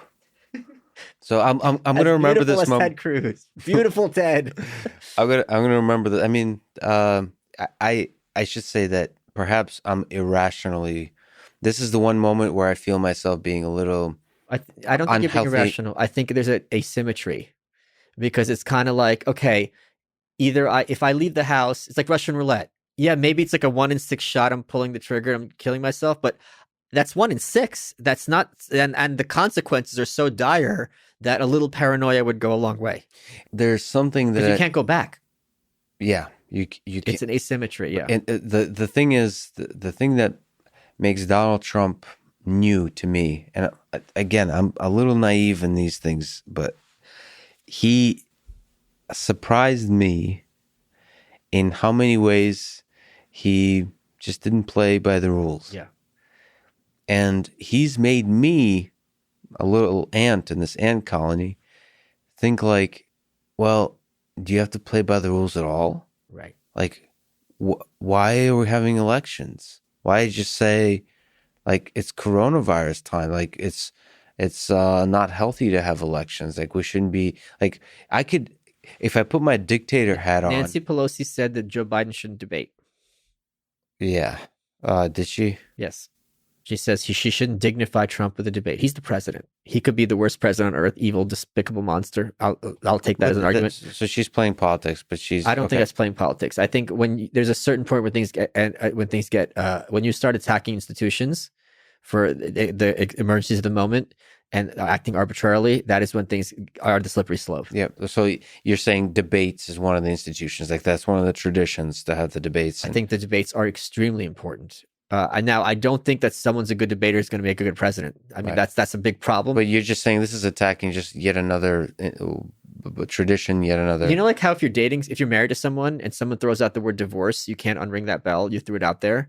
Yeah. I'm saying you don't throw things out like that unless you really are ready to go down this road. And I think there's nothing in the Constitution about debates. We've only had them since 1980. But still, I think they are extremely important. It's also a great chance for Joe Biden to tell him to his face, you're full of crap. Here's what you did. Here's what you did. Here's what you did. So fascinating that you acknowledge that, and yet you also see the value of tearing down the entire thing. So you're both worried about no debates, or at least in your voice, in your tone. There's a great quote by Chesterton. I'm not a fan of his at all. But he says, before you tear down a fence, make sure you know why they put it up first. So I am for tearing it all down, but there's something called like a controlled demolition, like Building 7. Or there's... Allegedly. We knew we were in Tel Aviv. And... Hashtag Building 7. We knew we were in Tel Aviv. Wow, you're faster than me. You're operating in a different level. I need to upgrade my operating system. I told you Windows 95. You're trying to, yeah. Building 7. If you're gonna, it's like Indiana Jones, right? If you're gonna pull something away, make sure you have something in place first, as opposed to just breaking it and then just, especially in politics, because it escalates, and when things escalate without any kind of response, it can go in a very bad. That's when Napoleon comes in. So, what's your prediction about the Biden-Trump debates? Again, I just have this weird, maybe we'll return to, maybe not, in this, how do we put more love into the world? And like, one of the things that worries me about the debates is it'll be the world's greatest troll against the grandpa on the porch who crapped his pants. Yeah. And it will not put more love into the world. It will create more mockery. Like Joe Biden did a great job against Paul Ryan in 2012. Paul Ryan was no lightweight. No one thought he was a lightweight. Joe Biden handed Sarah Palin her ass in 2008, which isn't as easy to do as you think because she's a female. So you're going to come off as bullying. That's something you have to worry about. So the guy isn't. I think he is in the stages of like cognitive decline. So I think it's going to be interesting. I want it to be like Mike Tyson beating up a child, because it'll be a source of amusement to me. But I don't know how it's going to go. Because is it possible that Joe Biden will be the Mike Tyson? Yes, because in his last debate with Bernie, he was perfectly fine. And again, the guy was a senator for decades. And I don't think anyone, if you looked at Joe Biden in 2010, would have thought this guy is going to have his ass handed to him in debate. You wouldn't think that at all. So I don't know who we're going to see. Plus, he's got a lot of room to attack Trump. So I'm sure he's going to come strapped and ready, and he's going to have his talking points and watch Trump try to tap dance around him. And if he's in a position, I don't know what the rules of the debate are, to actually nail him to the wall, I'm sure he's going to have a lot of little lines too. The problem is Trump is the master counterpuncher. So he, like when Hillary, had her line, she's like, well, it's a good thing that Donald Trump isn't in charge of our legal system. And he's like, yeah, you'd be in jail. It's like, oh, like you, lady, you set him up. It's painful to watch Yeah. those debates. I mean, there's something. I think it's actually analogous. Come to think of it, your conversation with me right now. Some Sleepy Joe. I'm playing the role of Sleepy Joe. I actually connect to Joe because I'm also incontinent. there's like these weird pauses that he does. Yes, he does. I do the same thing, and it annoys the shit out of me. That like in mid sentence, I'll start saying a different thing and take a tangent. I'm not as slow and drunk as I sound. Always, I swear I'm more intelligent underneath. Slower but less drunk. Yes, exactly. Or the other way. But the result, one of those is true, but not both. Yeah. and Trump, just like you, are a master counterpuncher, so it's gonna be messy. Here's the other thing, in all seriousness. Chris Wallace is the moderator. Chris Wallace has interviewed Trump several times, and he was a tough questioner. So I don't think he's going to come in there with softball questions. I think he's really going to try to nail Trump down, which is tough to do. I like him a lot. Actually. Yeah, and he's like, Mr. President, sir, that's not accurate, blah, blah, blah. He's done it. And Trump gets very frustrated because he doesn't just let him say whatever he wants, and he hits him with the follow-up. I guess he's on Fox News, and I listen to his Sunday program every once in a while. I don't know. He gives me hope that, I don't know, there's something in the voice like that he's not bought. There's no question he's going to take this seriously, which I think is the best you could hope for in a moderator. Like, it feels like there's people that might actually take the mainstream media into a place that's going to be better in the future. And like, we need people like him. You mean like Robespierre? What do you mean? Like taking the mainstream media to a better future?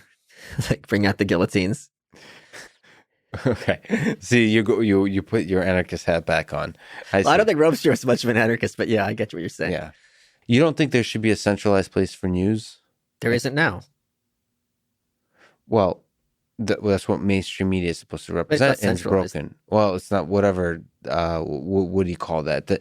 A place where people traditionally said was the legitimate source of truth. No, that's what the media was supposed to represent. No, that's their big branding accomplishment. It's a complete was never lie. True. Yeah, because here's what happens: we remember the Spanish-American War, remember the Maine. We have to take Cuba, yellow journalism, Willy Randolph Hearst, right? Then record scratch, and then we were all objective. Like, when did this transition happen, according to you people? When you were saying that the Kaiser is the worst human being on earth? When you were downplaying Stalin and downplaying Hitler's atrocities, when you were saying we had to be in Vietnam, at what point, WMDs, when did it change? It never changed. You just are better con artists at a certain point, and now the mask is dropping. Yeah, but don't you think there's, at its best, like, investigative journalism can uncover truth in a way that, like Reddit, subreddits can't? You know, like, Reddit... Sure, I agree. At its best, absolutely. That's not even a dispute. But like, don't you think, like, fake it until you make it is the right way to do it? Meaning, like, fake the news? No. I meant the news saying like, we dream of arriving at the truth and reporting the truth. They don't say that. CNN had an advertisement that said, "This is an apple. We only report facts." That's a lie. No, that's now. And now it's clear things have changed. They haven't changed. You're just you're more aware of their chicanery. But okay, so how many people died in Iraq because Saddam Hussein was about to launch WMDs? Who had consequences for this? No one. This isn't a minor thing. This is lots of dead people. Yeah. And also, I mean, dead people is horrible, but also the money, which has, like we said, economic effects. That Marianne Williamson, I think it was, or Trump, both of them had the great point that goes, "That's like $1 trillion. How many schools would that build? How many roads would that build? Even here, why are we building hospitals in Iraq that we destroyed when we could be building hospitals here? It makes no sense. It's horrifying." So who's responsible for that? Like, who? Alex Jones. No, I meant for, so who's responsible for arriving at the truth of that, of speaking to the money spent I think this is wars in Iraq? This is one of the great things about social media. Twitter. You have faith in Twitter. Not specifically Twitter, but yes, social media as a whole. When anyone can be, here's another great example. Before, if you were talking about police brutality or these riots, you would have to perceive it in the way it was framed and presented to you. Nicholas Sandman's another example. Breonna Taylor, all these things. Well, we don't have footage of her. You would have to perceive in the way that it's edited and presented to you by the corporate press. Now everyone has a video camera. Everyone has their perspective. And it's very useful when these incidents happen, where you could see the same incident from several angles, and you don't need Don Lemon or Chris Wallace to tell me what this means. I can see with my own eyes. Yeah, I've been very pleasantly surprised about the power.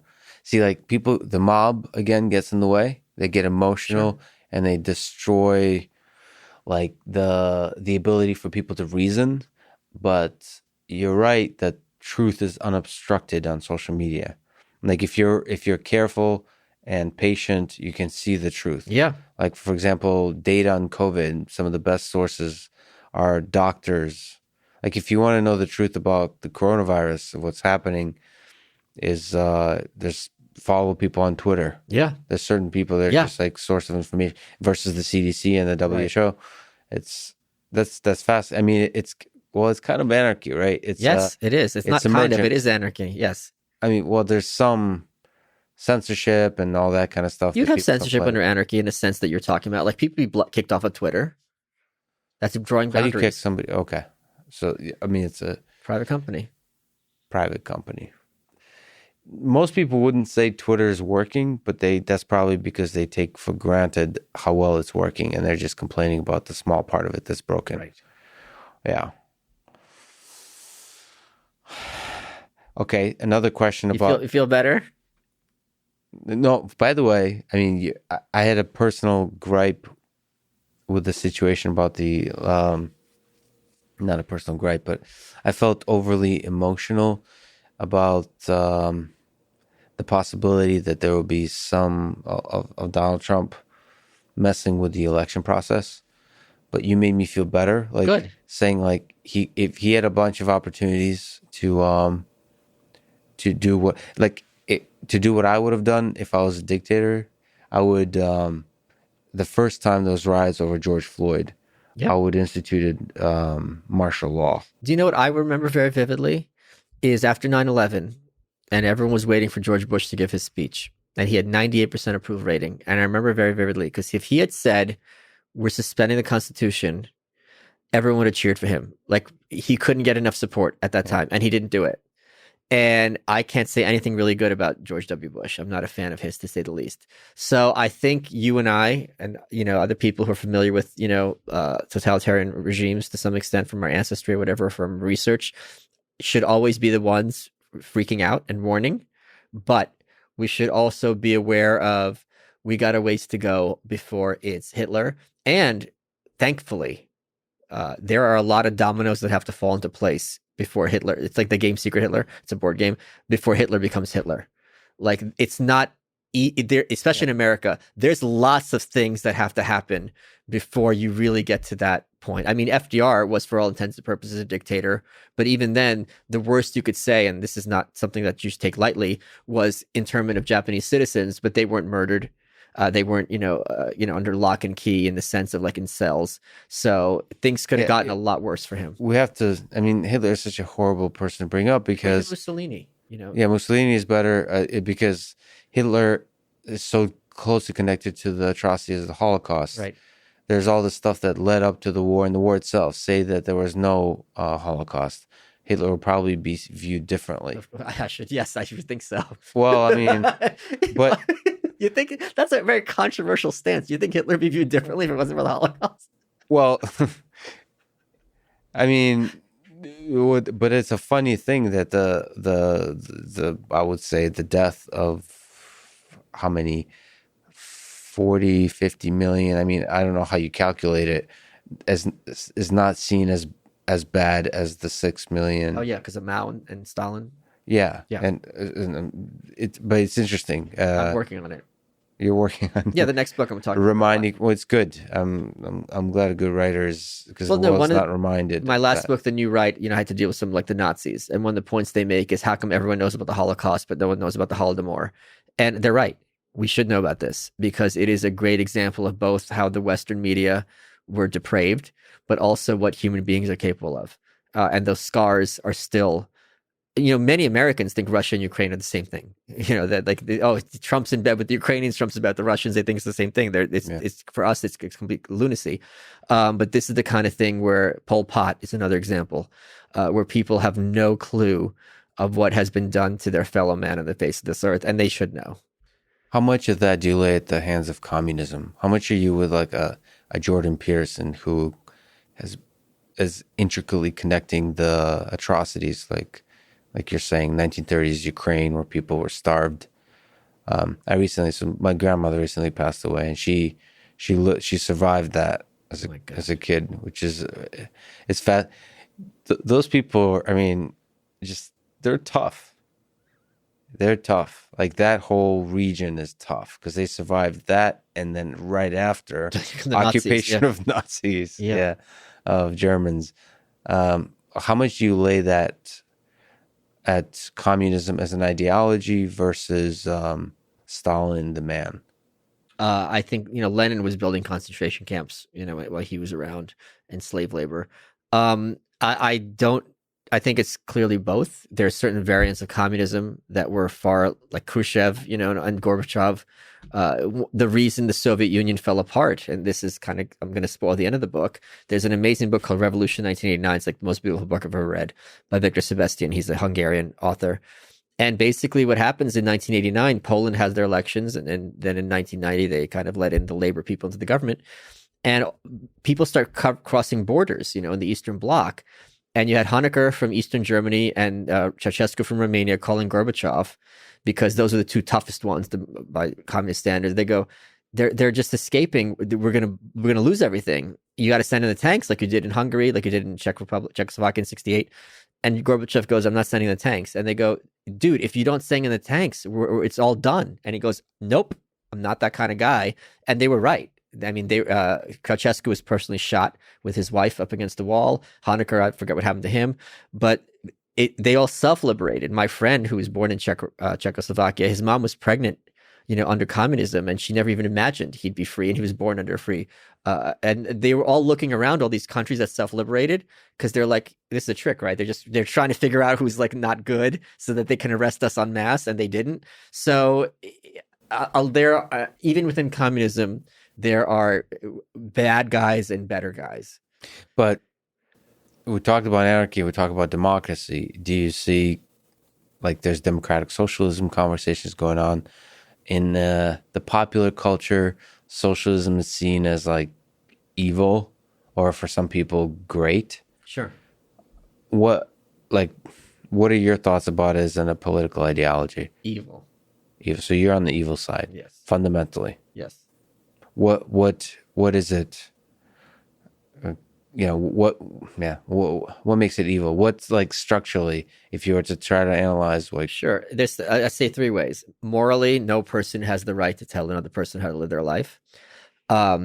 Economically, it's not possible to make calculations under socialism. It's only the prices that are information that tells me, we need to produce more of this, we need to produce less of this. Without prices being able to adjust and give information to producers and consumers, you have no way of being able to produce effectively or efficiently. And also, it turns people against each other. When you force people to interact, when you force them into relationships, when you force them into jobs, and you don't give them any choice, when there's a monopoly, the consequence of monopoly, everyone's familiar with ostensibly under capitalism, but somehow when it's a government monopoly, all those economic principles don't work. Doesn't make any sense. But there's force in democracy too. It's just you're saying there's a bit more force in socialism. Yeah. But that's interesting that you say that there's not enough information. I mean, that's ultimately, you need to have really good data. Yes. To achieve the goals of the system. Even if there's no corruption. Right. You just need to have the information. Right, which you can't. And capitalism provides you like really strong real-time information that and if like capitalism at its best and cleanest, which is like perfect information is available, there's no manipulation of information. That's one of the problems. Okay. can we talk about some candidates, the ones we got, and possible alternatives? So one question I have is, why do we have within this system? Why do we have the candidates we have? It seems, maybe you can correct me, highly unsatisfactory. Is anyone actually excited about our current candidates? I'm kind of excited because no matter who wins the election, it's going to be hilarious. So that is something that I'm excited about. From a humor perspective. Yeah. Is that what the whole system is? So that's one theory of the case, is the entire thing is optimized for viewership. Yeah. And excitement by definitions of like the reality show kind of excitement. I think it is, if you look at what happened with Brett Kavanaugh, this is not a career that would draw people who are, you might say, quality. Because no matter who they are, there would be a huge incentive from the other team to denigrate them and humiliate them in the worst possible ways. Because as the two teams lose their legitimacy among Gen Pop, it's going to get harder and harder for them to maintain any kind of claims to authority, which is something I like, but which does kind of play out in, certain nefarious ways. So people, the best of the best, are not going to want to be politicians. Yeah, because I could have a job where I have a job interview and I'm running Yahoo or whatever, or I could, for 18 months, have to eat, corn dogs looking like I'm going down on someone and shake hands and have all this, my family and on social media daily called the worst things. For what? And then I'm still not guaranteed the position. But the flip side of that, like from my perspective, is the competition is weak. Meaning, like, you need a minimum amount of eloquence, clearly, that I don't, the bar which I did not pass. I don't think either of them would be considered particularly eloquent, Biden or Trump. No, I know, but that's what I'm saying. The competition, like if you were wanted to become a politician, if you wanted to run for president, the opportunity is there. Like if you were at all competent. Like if you had, so like Andrew Yang is an example of somebody who has a bunch of ideas, is somewhat eloquent, like young, energetic. It feels like there should be thousands of Andrew Yangs, like that would enter the domain. And he went nowhere. Well, I wouldn't say he went nowhere. He generated quite a bit of excitement. He just didn't go very far. That's okay. You don't have to run for president to generate excitement with your ideas. You could be a podcast host. I'm not even joking. That's right. That's right. That's right. And he's both, Andrew Yang. Oh, he's a podcast? Yeah, he has a podcast called Yang Speaks. Oh, okay, cool.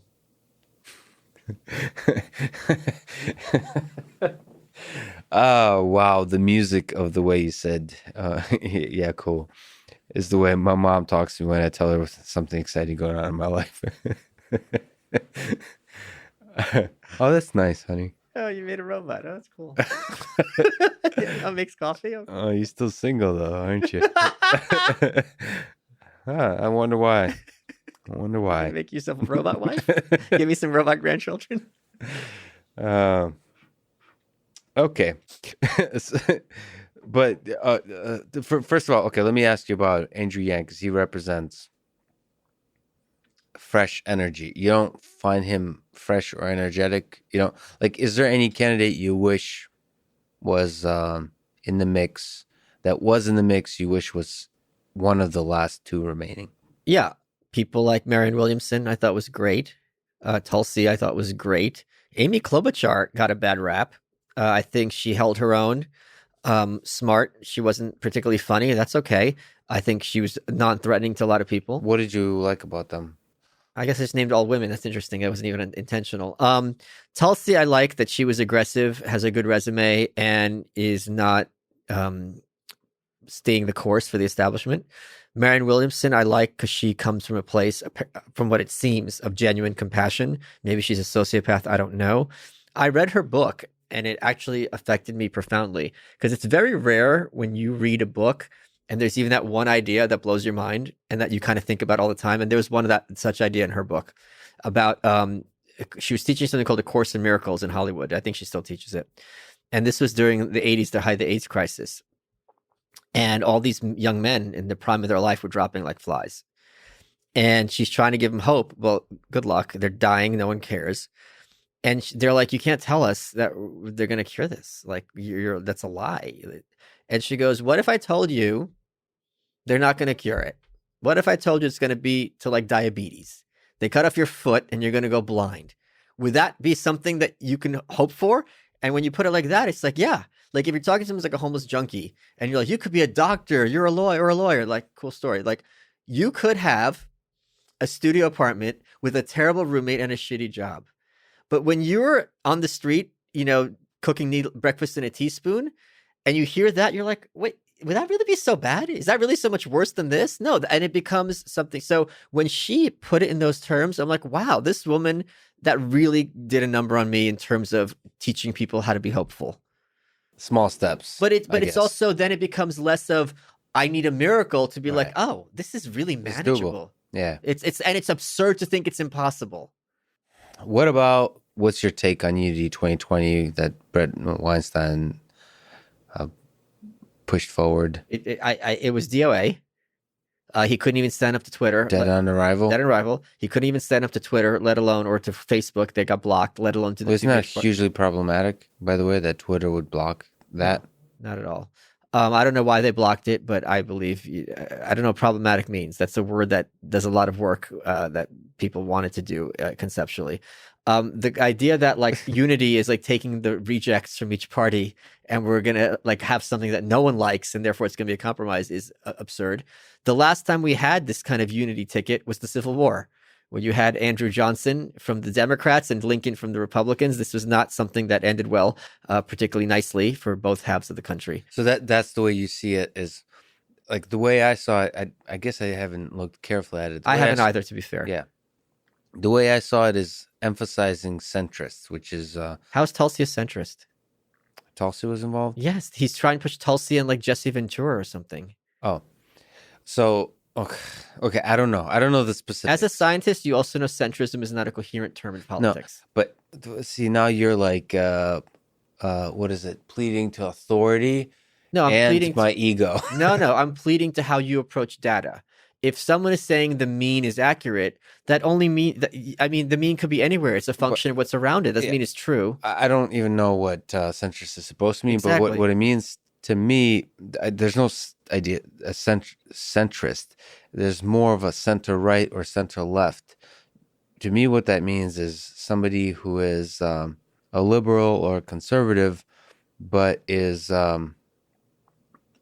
open-minded and empathetic to the other side. Joe Biden had the crime bill. Joe Biden voted for Republican Supreme Court justices. Joe Biden voted for a balanced budget. Joe Biden voted for Bush's war.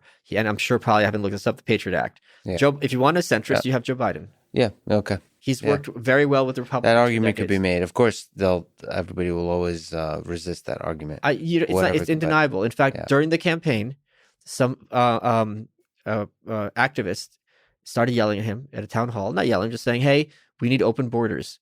Joe Biden says, I'm not for open borders. Go vote for Trump, and literally turned his back on the man. And this is during the primaries, where it would behoove you to try to appeal to the base. And of course, you can probably also make the argument that Donald Trump is center right, if not center left. Well, I mean, he's very unique as a personality. Right. But if you look at his record and his rhetoric, you can say is not centrist at all.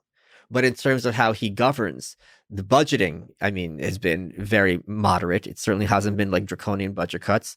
The Supreme Court, you could say, okay, he's hard right. Immigration, you could say in certain capacities he's hard right. But in terms of pro-life, what has he done there? In terms of, so it's in many other aspects, he's been very much this kind of Me Too Republican. But certainly the rhetoric, it's very hard to make him the case that he's a centrist.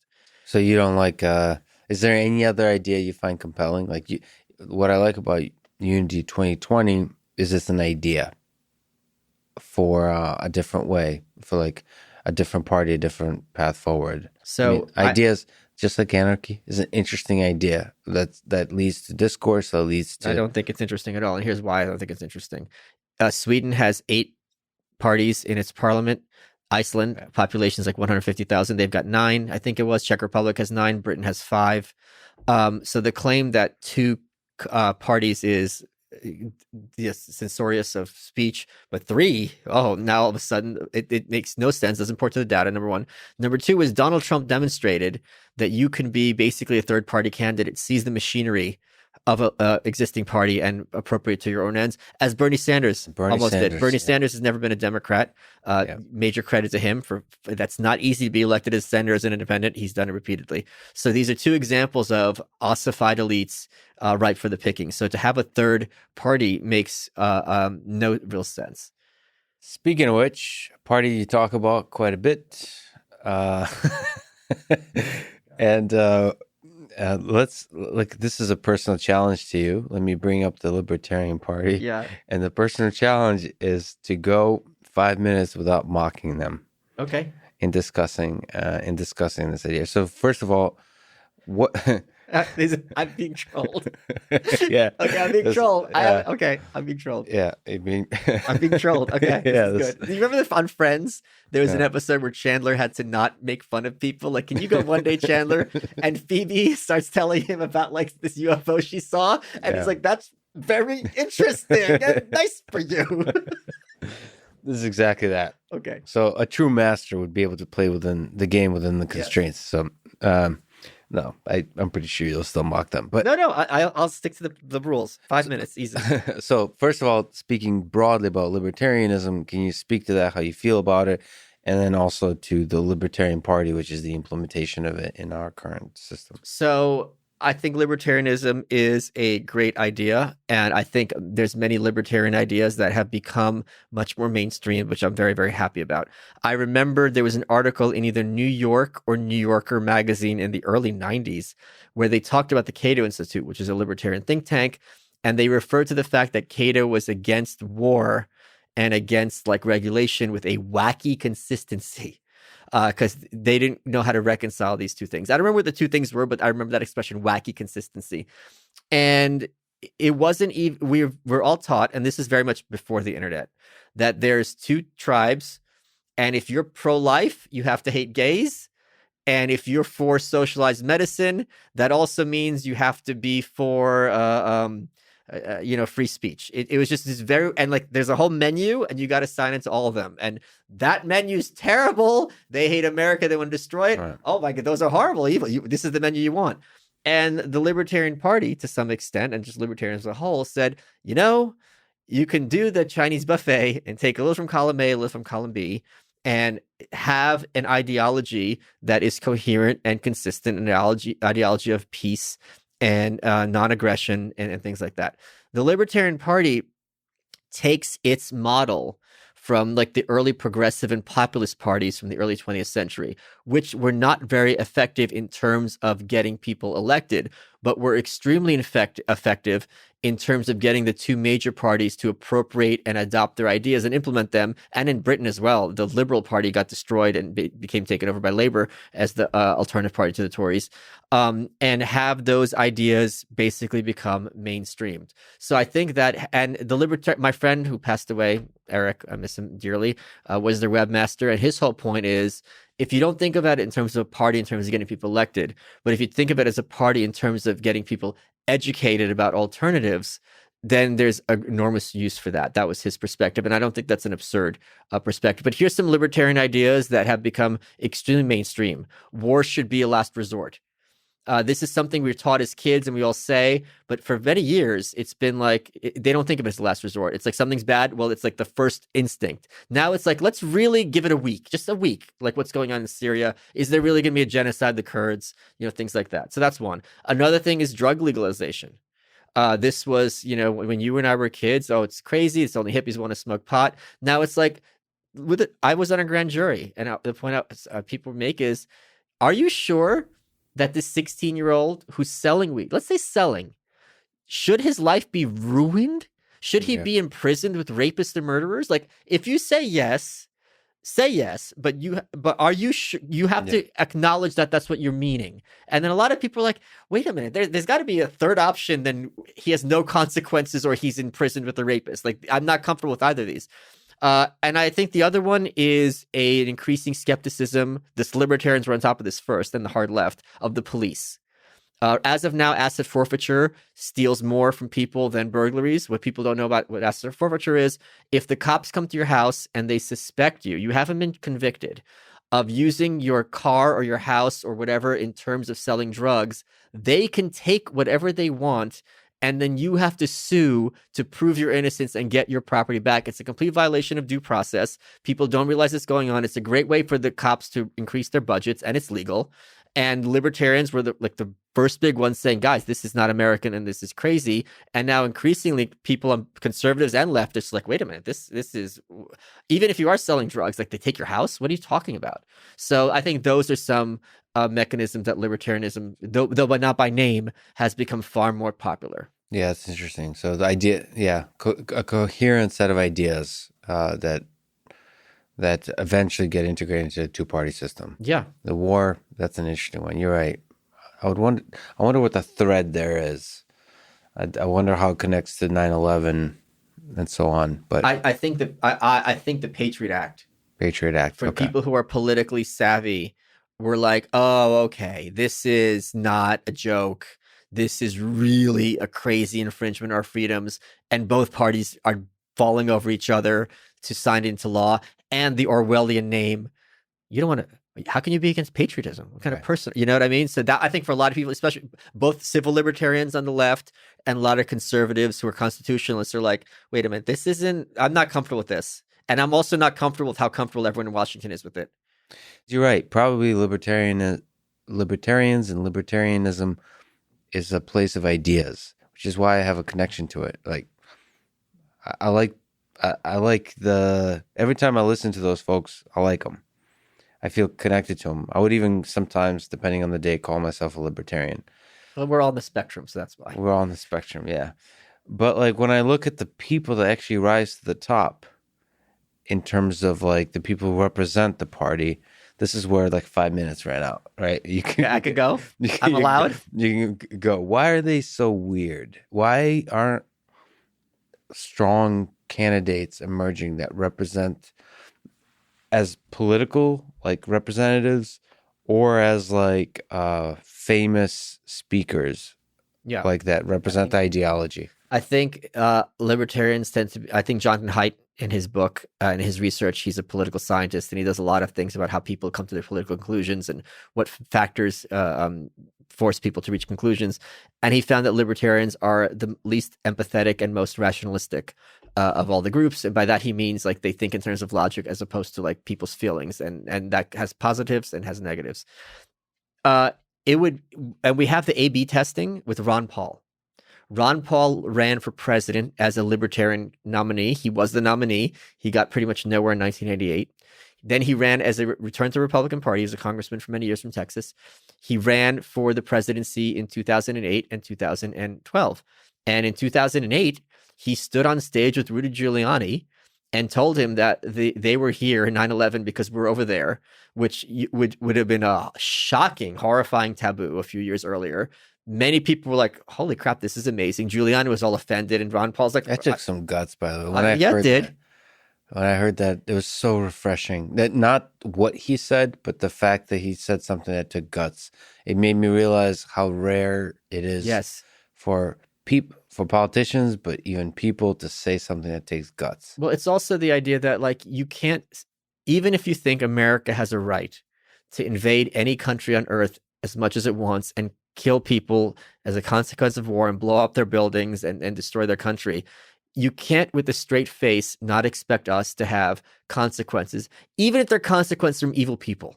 Even if we're 100% the good guys and they're 100% the bad guys, those bad guys, some of them are still going to try to do something. What happens next? You know what I mean? So that kind of concept that there's any American culpability we're America, we're the good guys. By definition, we're not culpable. To have people start thinking about, what if there's another way? What if we're not there and then they're not here and we're kind of doing a backdoor? We're talking different scenarios. So the fact that he got so much more traction as a Republican, the fact that Donald Trump, who came out of nowhere, became not only the candidate but the president, tells people it's like getting a book deal, right? You can either there's three choices. You can either self-publish, mainstream publisher, or independent publisher. the independent publisher is the worst of all choices because you're not getting a big advance. They're not going to be able to promote you a lot, and they don't get the distribution. Mainstream, I've done mainstream myself, right? With self, I don't have the cred, the respectability of a mainstream, the cachet. You can't be a New York Times bestseller. Right. It takes a lot of work, but I get a lot more of the profit.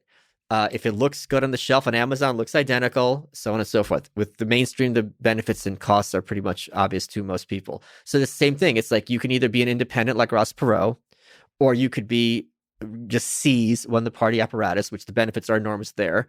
But in terms of going third party, I don't know the Libertarian Party apparatus, other than maybe some ballot access, is really that efficacious. And then you're going to have a lot of baggage. Because if you hear independent, Jesse Ventura, Ross Perot, you think of the person.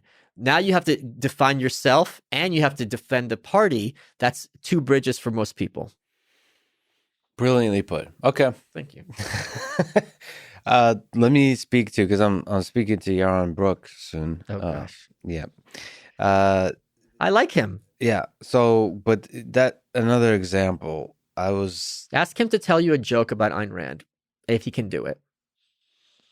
So that's one criticism I've heard you say, which is they're unable to speak to any weaknesses in either Ayn Rand's or objectivist worldview. Yes. That's really... you put it, I know you're half joking, but that's actually a legitimate discussion to have. I'm not joking at all. Because that's, to me, one of the criticisms and one of the explanations why the world seems to disrespect Ayn Rand, the people that do, is she kind of implies that her ideas are like flawless. No, she says they correspond to reality. Yeah, right. That's the term she uses. That, I mean, objectivism, it's in the name. It's, it's just facts. Like, it's impossible to basically argue against because it's pretty simple. It's just all facts. And it's possible to argue against, but she would say she's never met a good critic who can argue the facts about misrepresentation. And she's not entirely wrong. She's often caricatured because she has a very extreme personality and extreme worldview. But that, to me, I mean, some people, there's a guy named in the physics, mathematics community called Stephen Wolfram. I don't know if you're familiar. Wolfram Alpha? Yeah. Oh, okay. He has a similar style of speaking sometimes, which is like, I've created a science, but that turns a lot of people off, like this kind of weird confidence. But he's one of my favorite people. I think one of the most brilliant people. If you just ignore that little bit of ego or whatever you call that, that there's some beautiful ideas in there. He's an amazing person. And that, for me, objectivism, I'm undereducated about it. I hope to be more educated, but there's some interesting ideas that, again, just like with UFOs, not that there's a connection between Don't two. bring that up to Yaron. He won't like it. He won't. Ayn Rand's like UFOs. Oh, no. This interview is over. That's a good yarn. Okay. But, you have to be a little bit open-minded. But what's your sense of objectivism? Are there interesting ideas that are useful to you to think about? I own her copy of the first printing of the Fountainhead. So that should tell you a little bit about how my affection for Miss Rand, how heavy that goes. Ayn Rand does not have all the answers, but she has all the questions. So if you study Rand, you are going to be forced to think through some very basic things, and you're going to have your eyes open very, very heavily. She was not perfect. She never claimed to be perfect. She was asked on Donahue, is it true that according to your philosophy, you are a perfect being? She said, I never think of myself that way. And she said, but if you ask me, do I practice what I preach? The answer is yes, resoundingly. She's a fascinating woman. What is really interesting about her, and this is something you'd appreciate personally, is when you read her essays, she'll have these weird asides. And it'll like she would talk about art, and she'd be like, and this is why the US should be the only country with nuclear weapons. And when you follow a brilliant mind making these seemingly disparate connections, it's something I find to be just absolutely inspiring and awesome and entertaining. I think there's lots of things about her that people like Yaron would make uncomfortable. Well, like she So objectivism, like any other philosophy, has all these techniques to kind of hand wave away things you don't want to talk about and like pretend that. So they talk about things like having no metaphysical significance, right? So what that means is like, well, what about this? I don't want to talk about it. Like, it doesn't matter. Like, it literally means in fancy philosophical terms, doesn't matter. Or they will say correctly that it's very twisted in our culture that when we have heroes, we look for their flaws instead of looking for their virtues. That's 100% valid perspective. However, if I'm sitting here telling you that I think this woman is a badass and she's amazing and she should be studied, but there's also these idiosyncrasies, they don't want to hear it. Because and I think it's very convenient for them because there's a lot of things she did that were, here's an example. Rand was very, very pro happiness and pro pleasure. She was very pro sex, which is kind of surprising looking at her and how she talked and how strident she was. Yeah. As a result of this, she never got her cats fixed to deny them the pleasure of orgasm. So her male cats are spraying up her entire house. Yeah. Like that is, I mean, that's her putting her philosophy into practice, but it's still gross. Yeah. So that's the kind of thing where I don't think he'd be. Another thing is Rand had an article on a woman president, and she said a woman should never be president, right? Now, when Rand says things that are too goofy for them, they say, oh, that's not objectivism. That's her personal preference. It's like she did not have these lines. Objectivism was always defined as Ayn Rand's writings plus the additional essays in her books. So if this was in part of those books, this counts as official objectivism, but they pretend otherwise. So that's another example. Plus, she was, and I bet you she was on the spectrum to some extent. I'm not joking. I'm not using that derisively.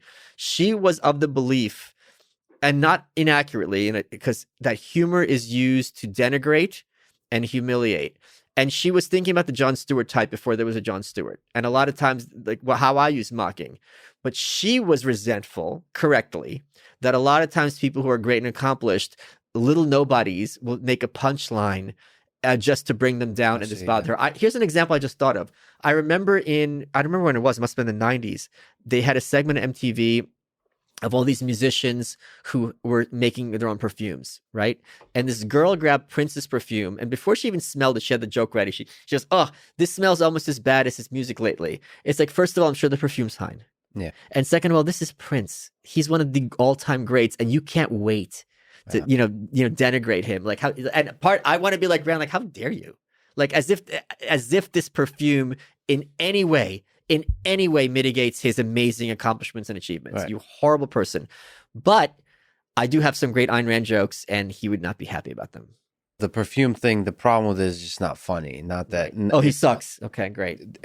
Not that they dared to try to be humorous. Right. Because I don't know why you mentioned Jon Stewart, because Jon Stewart can be funny. Right, but he taught a generation, you still see this on Twitter, where things have to be inherently sarcastic and snide. But isn't that, I mean, aren't you practicing that? No, I use irony, not sarcasm. Here's an example. When people, like you say something and someone reply to be like, last I checked, blah, blah, blah, blah, blah. And I'll say to them, I go, what do you think saying last I checked added to your point? You're giving me valuable information and data, but you are trained to believe that it has to be couched in this sneering. It doesn't. Just give me the information. This is useful information. Yeah. That's true. It's a knee jerk. But see, Jon Stewart did it masterfully. Correct, and they don't. And they don't. It's like people who copy certain comedians. You try to copy them and you lose everything in the process of copying. Yeah. Yep. Okay. But in terms of the philosophy of selfishness, this kind of individual focused idea, I imagine that connects with you. Yes, and I think it would connect with more people if they understood what she meant by it. Nathaniel Branden, who was her heir until she kind of broke with him, and he was the co-dedicatee of Atlas Shrugged, said, no one will say Ayn Rand's views with a straight face. They won't say, I believe that my happiness matters and is important and is worth fighting for, and that Ayn Rand says this and she's dangerous. Now, it's very easy to say this could have dangerous consequences if you're a sociopath, but to put it in those terms, I think is extremely healthy. I think more people should want to be happy and have. I think a lot of us are raised to be apologetic, especially in this cynical media culture. that if you say, I want to be happy, I want to love my life, that it's just like, okay, sweetheart. And the eye rolling. And I think that's so pernicious and so horrifying. And this is why I'm a Camus person, because Camus thought the arch enemy was cynicism. And I could not agree more. Like, if you're the kind of person, if someone likes a band and you're like, oh, you like them, blah, blah, blah. It's like, this gives them happiness. Yeah. Now, there's certain exceptions, but if it gives you happiness, it's not for you, that's cool. Okay, this is beautiful. I so agree with you on the eye rolling, but you see the best of trolling as not the eye roll. Correct. Of course not. The best of trolling is taking down the eye rollers. I'm gonna have to think about that. Okay. Because Have another kind of Red Bull. yeah, Or six. yeah. Because I put them My all. blood type is Red Bull.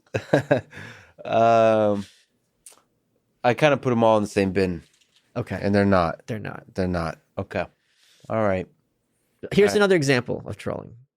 I was making jokes about Ron Paul. He just had a stroke, right? And someone came at me, and they're like, "Oh, blah blah blah. You know, you're ugly. I hope you have a stroke. I hope you're in the hospital." And I just go, "I just did have a stroke on your mom's face."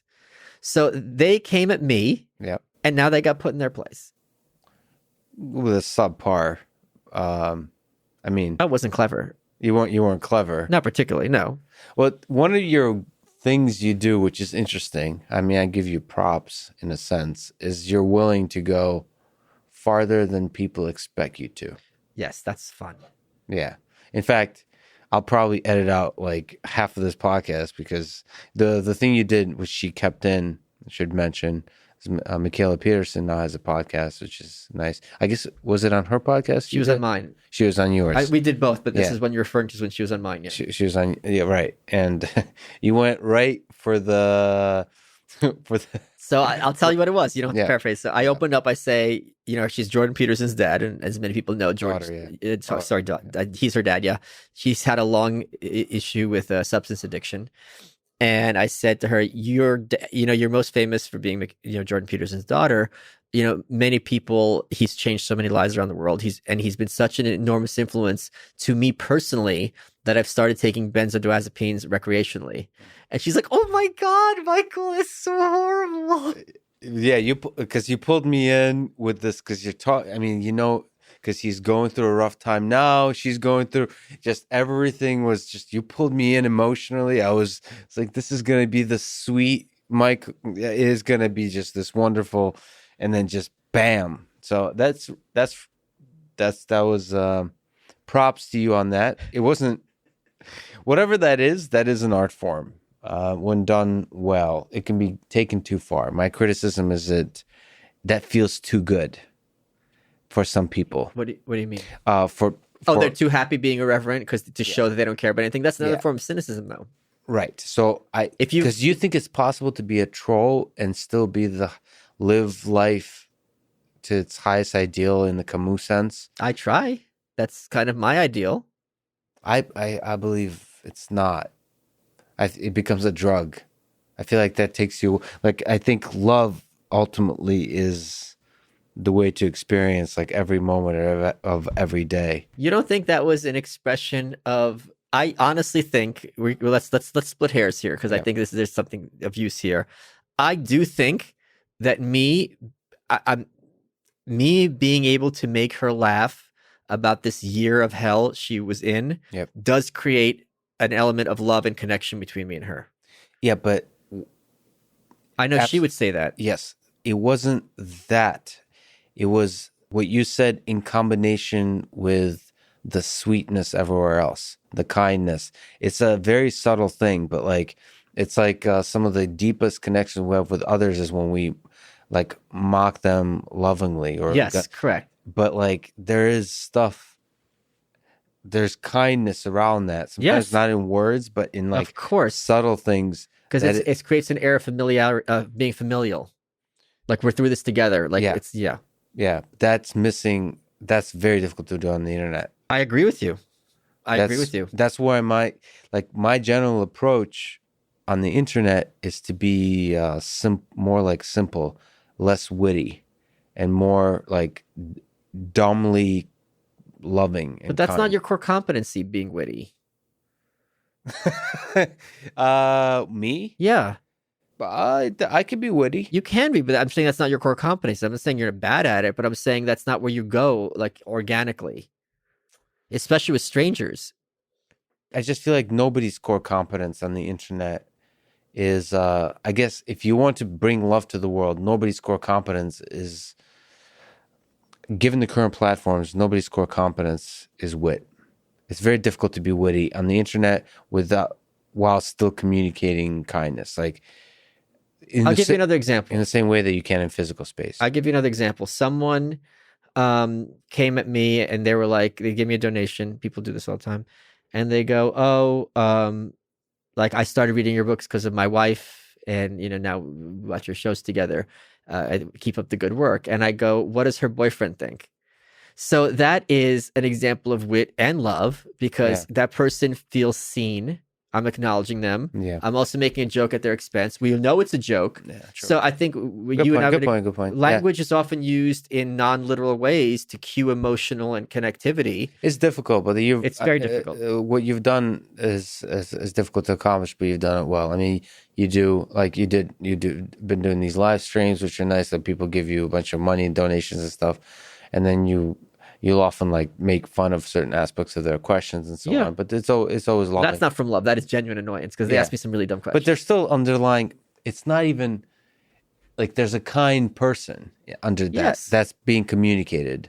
That's interesting. But I don't know if I get that from your Twitter. I know I get that from the video. Something about the face. Something about like of course, it's much harder. The more data. Yeah. The more easy it is to convey emotion and subtlety. Absolutely. If you only have literally black and white letters, it's going to be, or whatever, white and black, if you have night mode, it's going to be it's much more limited information.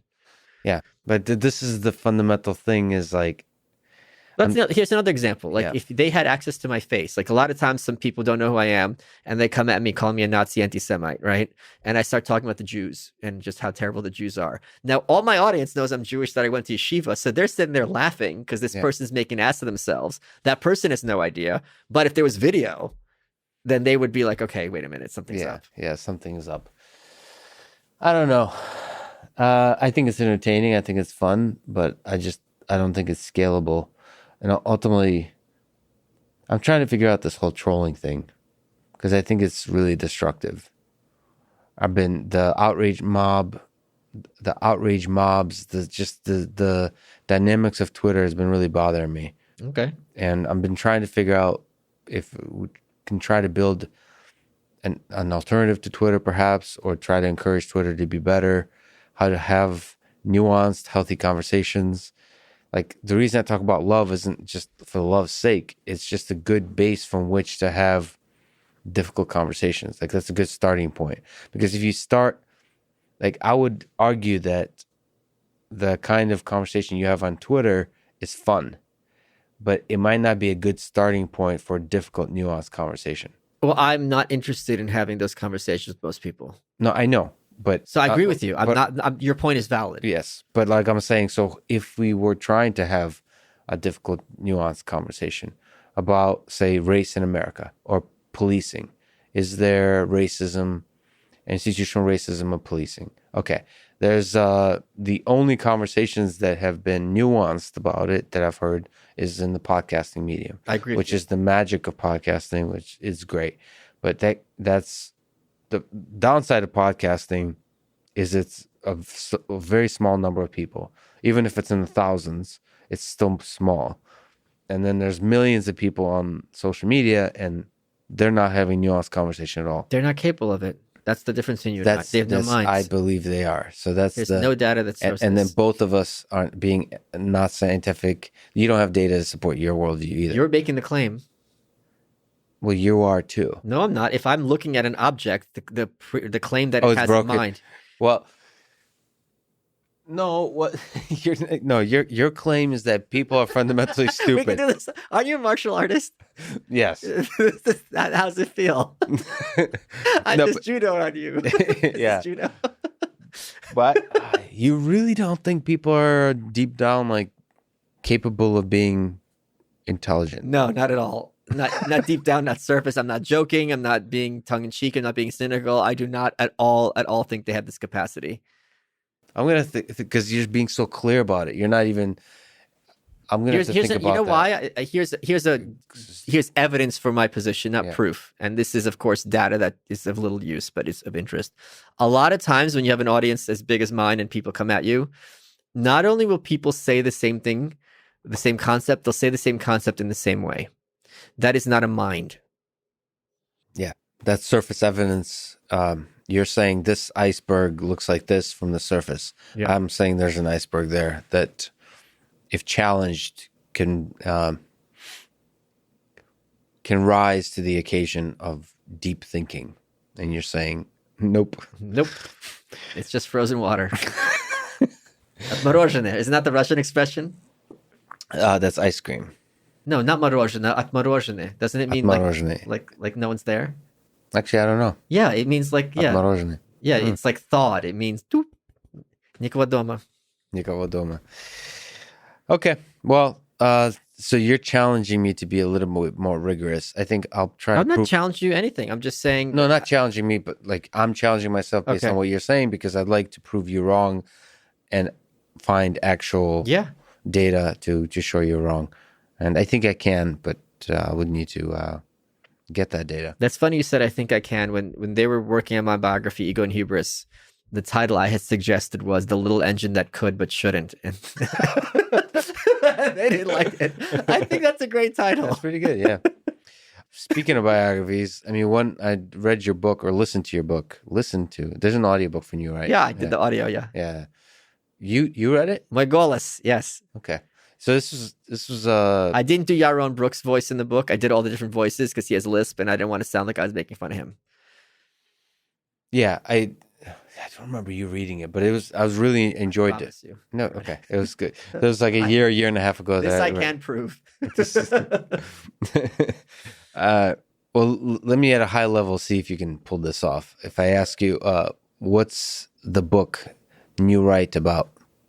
It's about a group of people who are united solely by their opposition to progressivism, who have little else in common, but who are all frequently caricatured and dismissed by the larger establishment media.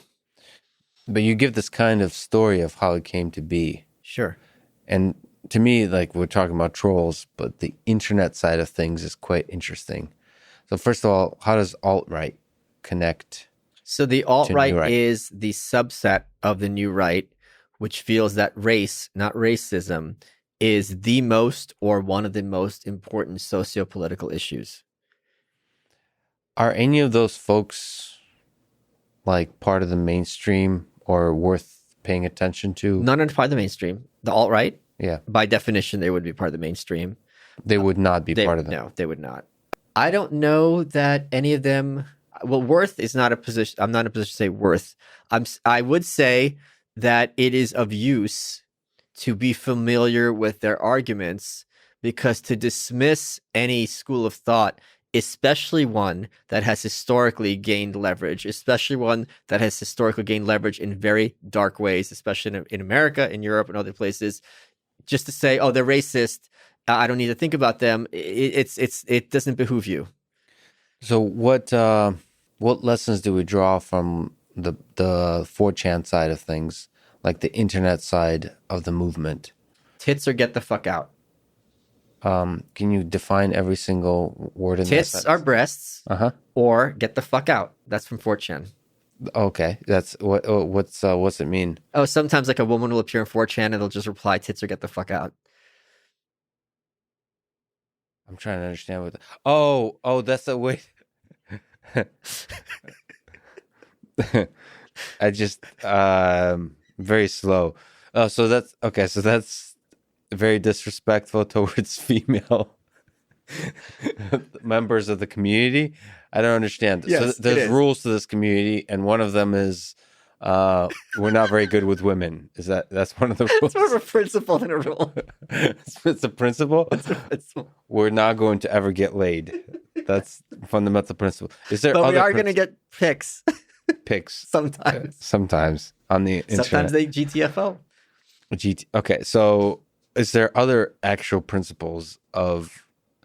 So like it's it's from my maybe naive perspective is they have like the darkest aspects of trolling, which is like take nothing serious, make a game out of everything. That's not 4chan per se. One of the things that you will learn in 4chan, which I think is very healthy, is if you have an idiosyncratic or unique worldview or focus on an aspect of history or culture, you'll be able to find like-minded people who you will engage with you and discuss it without being preemptively dismissive. That's an ideal that they... Well, it's not ideal. It's something that happens a lot. Now, 4chan's not really like Paul is their board with politics, but they will, get into some, like, the people there are much more erudite than you'd think. So they do take, my perception was they take nothing seriously. So there's things that they take seriously, like discussing ideas. I'll give you one example. There was a video someone posted of a girl who put kittens in a bag and threw it in a river. And they found out where she was within a day and got her, like, arrested. So yeah, they do take some things very seriously. Okay. But that's like an extreme that's good. First of all, that's heartwarming that they wouldn't somehow turn that into a thing. That feels like more of, what is it? What's the other one? 8chan? Well, 8chan's twice as good as 4chan, yeah. That's their slogan. But it feels like they're the kind of community that would take that kitten situation and make a mockery. Yeah, they're darker than 4chan, yeah. And I'm not allowed to talk about 16chan. I'm already overwhelmed clearly by 4chan lingo. I literally wrote down in my notes, like in doing research for this conversation, I learned the word pleb. And I wanted to ask you what does pleb mean? You know what pleb means? No. I don't. What do you? I saw. I mean, actually, no, I don't. You don't know what a pleb is? I don't know what a pleb is. Like a plebiscite or a plebeian. Okay. But does it mean something more sophisticated? No, it's a very unsophisticated mechanism of being dismissive. Of like the regular people. Yeah, or someone who comes at me on Twitter. Okay. All right. So back to the 4chan alt-right. Wasn't the... Those are very different concepts. Don't conflate them. But which internet culture was the alt-right born out of? Alt-right was more born of blogs. And people had different blogs where they were posting what they call like racial realism, which is scientific racism, so-called, and breaking down issues from a racialist perspective. So that wasn't 4chan is much more dynamic. It's a message board. It's very fluid. So it doesn't lend itself to these kind of in-depth analysis of ideas or history. But it spreads them. Like it spreads them as memes, yeah, and but it's not an essential mechanism of the alt-right. Historically? No. So it was mostly about blogs. Okay, so what do you make of the psychology of this kind of worldview? When you have, and this goes to your conspiracy theory subject earlier, when you have a little bit of knowledge about something, about history that no one's talking about, and there's only one group that is talking about it, and you have no alternative answers, you're going to be drawn to that group.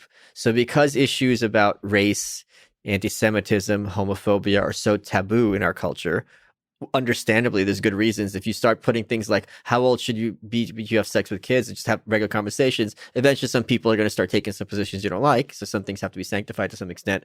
They're the ones talking about it. You're going to be drawn to that subculture. And where does the alt-right stand now?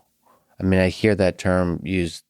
So the term has been weaponized by the corporate press for people that they want to read out of society.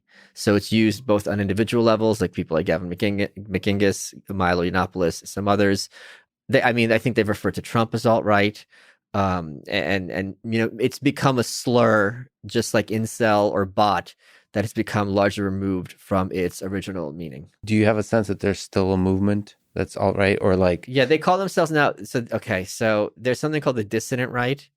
And they say, we're completely not like the alt-right because the alt-right's A, B, and C, and we're B, C, D. There's a huge overlap. It's very much the same people. Is there intellectuals that still represent some aspect of the movement? Sure. Are you tracking this? Not that much anymore. I think I don't find it particularly as, now that the book's done, I'm looking more into history for my next book. And you mentioned communism. I'm going to talk a lot about the Cold War. So this kind of stuff has largely fallen away from my radar to some extent. And they've also been it's been a very effective movement to get them marginalized and silenced. So they're not as deep as of a concern in terms of concern or not, just their impact on society. Yes, it's much lessened, yeah. So as a troll on Twitter, yeah, in the best sense of the word, what do you make of cancel culture? I think it's Maoism. The corporate America has done a far better job of implementing Maoism than the Communist Party ever could. You had this meeting not that long ago from, I think it was Northwestern University Law School, where everyone on the call got up and said that they were racist. This is something that legally you should be very averse to saying, even if it were true. And it's this kind of concept of getting up and confessing your sins before the collective is something completely. They admitted this of themselves? Yeah, they were like, because they're saying because they're white, they're inherently racist. So my name's John, I'm a racist. My name's this, I'm a racist. It was you hear it and you're like, okay, this is Looney Tunes. So you're saying that, wow, that's so much, you took a step further. So you're saying there's like a deep underlying force besides cancel culture. It's not just some kind of mob. Oh, it's not a mob at all. It's a systemic, organized movement being used for very nefarious purposes and to dominate, an entire nation. How do we fight it? Because I sense it inside. I used to defend academia more because I still do to some extent. It's a nuanced discussion because, like folks like Jordan Peterson and a lot of people that kind of attack academia, they really are talking about gender studies at certain departments. And me from MIT, it's the University of Science and Engineering, and the faculty there really don't think about these issues or haven't traditionally thought about it. It's beginning to even infiltrate there. It's starting to infiltrate engineering and sciences outside of biology. Yeah. Like, let's put biology with the gender studies. Like, I'm talking about sciences that really don't have anything to do with gender. It's starting to infiltrate. And it worries me.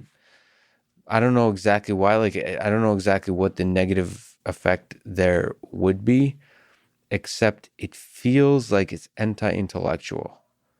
Oh, yes, of course. And I'm not sure what to, because on the surface, it feels like a path towards progress.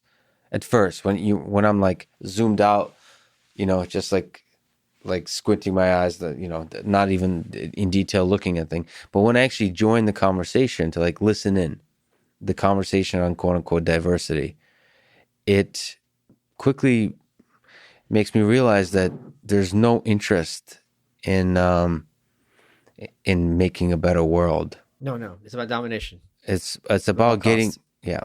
It's a way for, if you are a lowest status white person, using anti-racism is the only mechanism you will have to feel superior to another human being. So it's very useful for them.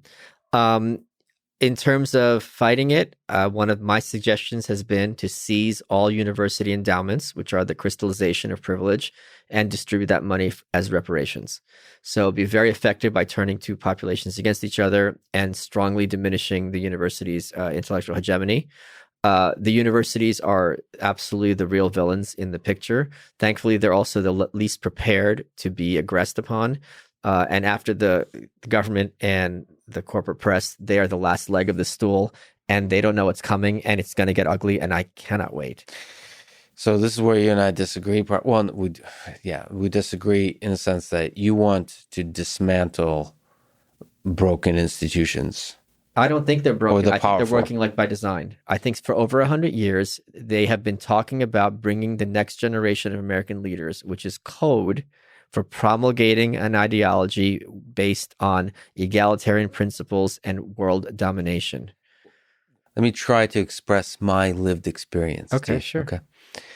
My experience at MIT is that there's a bunch of administrators that are the bureaucracy. Sure. That I can say, this is the nice thing about having a podcast, I don't give a damn, is they're pretty useless. In fact, Yes. They get in the way. But there's faculty, there's professors that are incredible. They're incredible human beings that all they do all day they're too busy. But for the most part, what they do all day is just like continually pursue different little trajectories of curiosities in the various avenues of science that they work on. And as a side effect of that, they mentor a group of students, sometimes a large group of students, and also teach courses. And they're constantly sharing their passion with others. And my experience is it's just a bunch of people who are curious about engineering and math and science, chemistry, artificial intelligence, computer science, what I'm most familiar with. And there's never this feeling of MIT being broken somehow, like this kind of feeling like if I talk to you just now or like Eric Weinstein, there's a feeling like stuff is on fire, right? There's something deeply broken. But when I'm in the system, especially before the COVID, before this kind of tension, everything was great. There was no discussion of even diversity, all that kind of stuff, the toxic stuff that we might be talking about right now. None of that was happening. It was a bunch of people just in love with cool ideas, exploring ideas, being curious and learning and all that kind of stuff. So my sense of academia was this is the place where kids in their 20s, 30s, and 40s can continue the playground of science, having fun. It's if you destroy academia, if you destroy universities, like you're suggesting, kind of lessening their power, you take away the playground from these kids to play. It's going to be hard for you to tell me that I'm anti-playground. Yeah, well, I guess I'm saying you're anti certain kinds of playgrounds, which is the ones that have the broken glass on the floor. Yeah, I am against those kinds of playgrounds. No, you're yes. No, see, yes. Then you see. Then you listen. no, you wait. Yeah, I would say you're being the watchful mother the one kid who hurt themselves on the glass. One kid, it's an entire it's generation after generation. I'm not a watchful mother. I'm the guy with the flamethrower. No, I understand that. But you're using the one kid who was always kind of like weird, aka gender studies department, okay. That hurt themselves on the glass, as opposed to the people who are like obviously having fun in the playground and not playing by the glass, the broken glass, and they're just.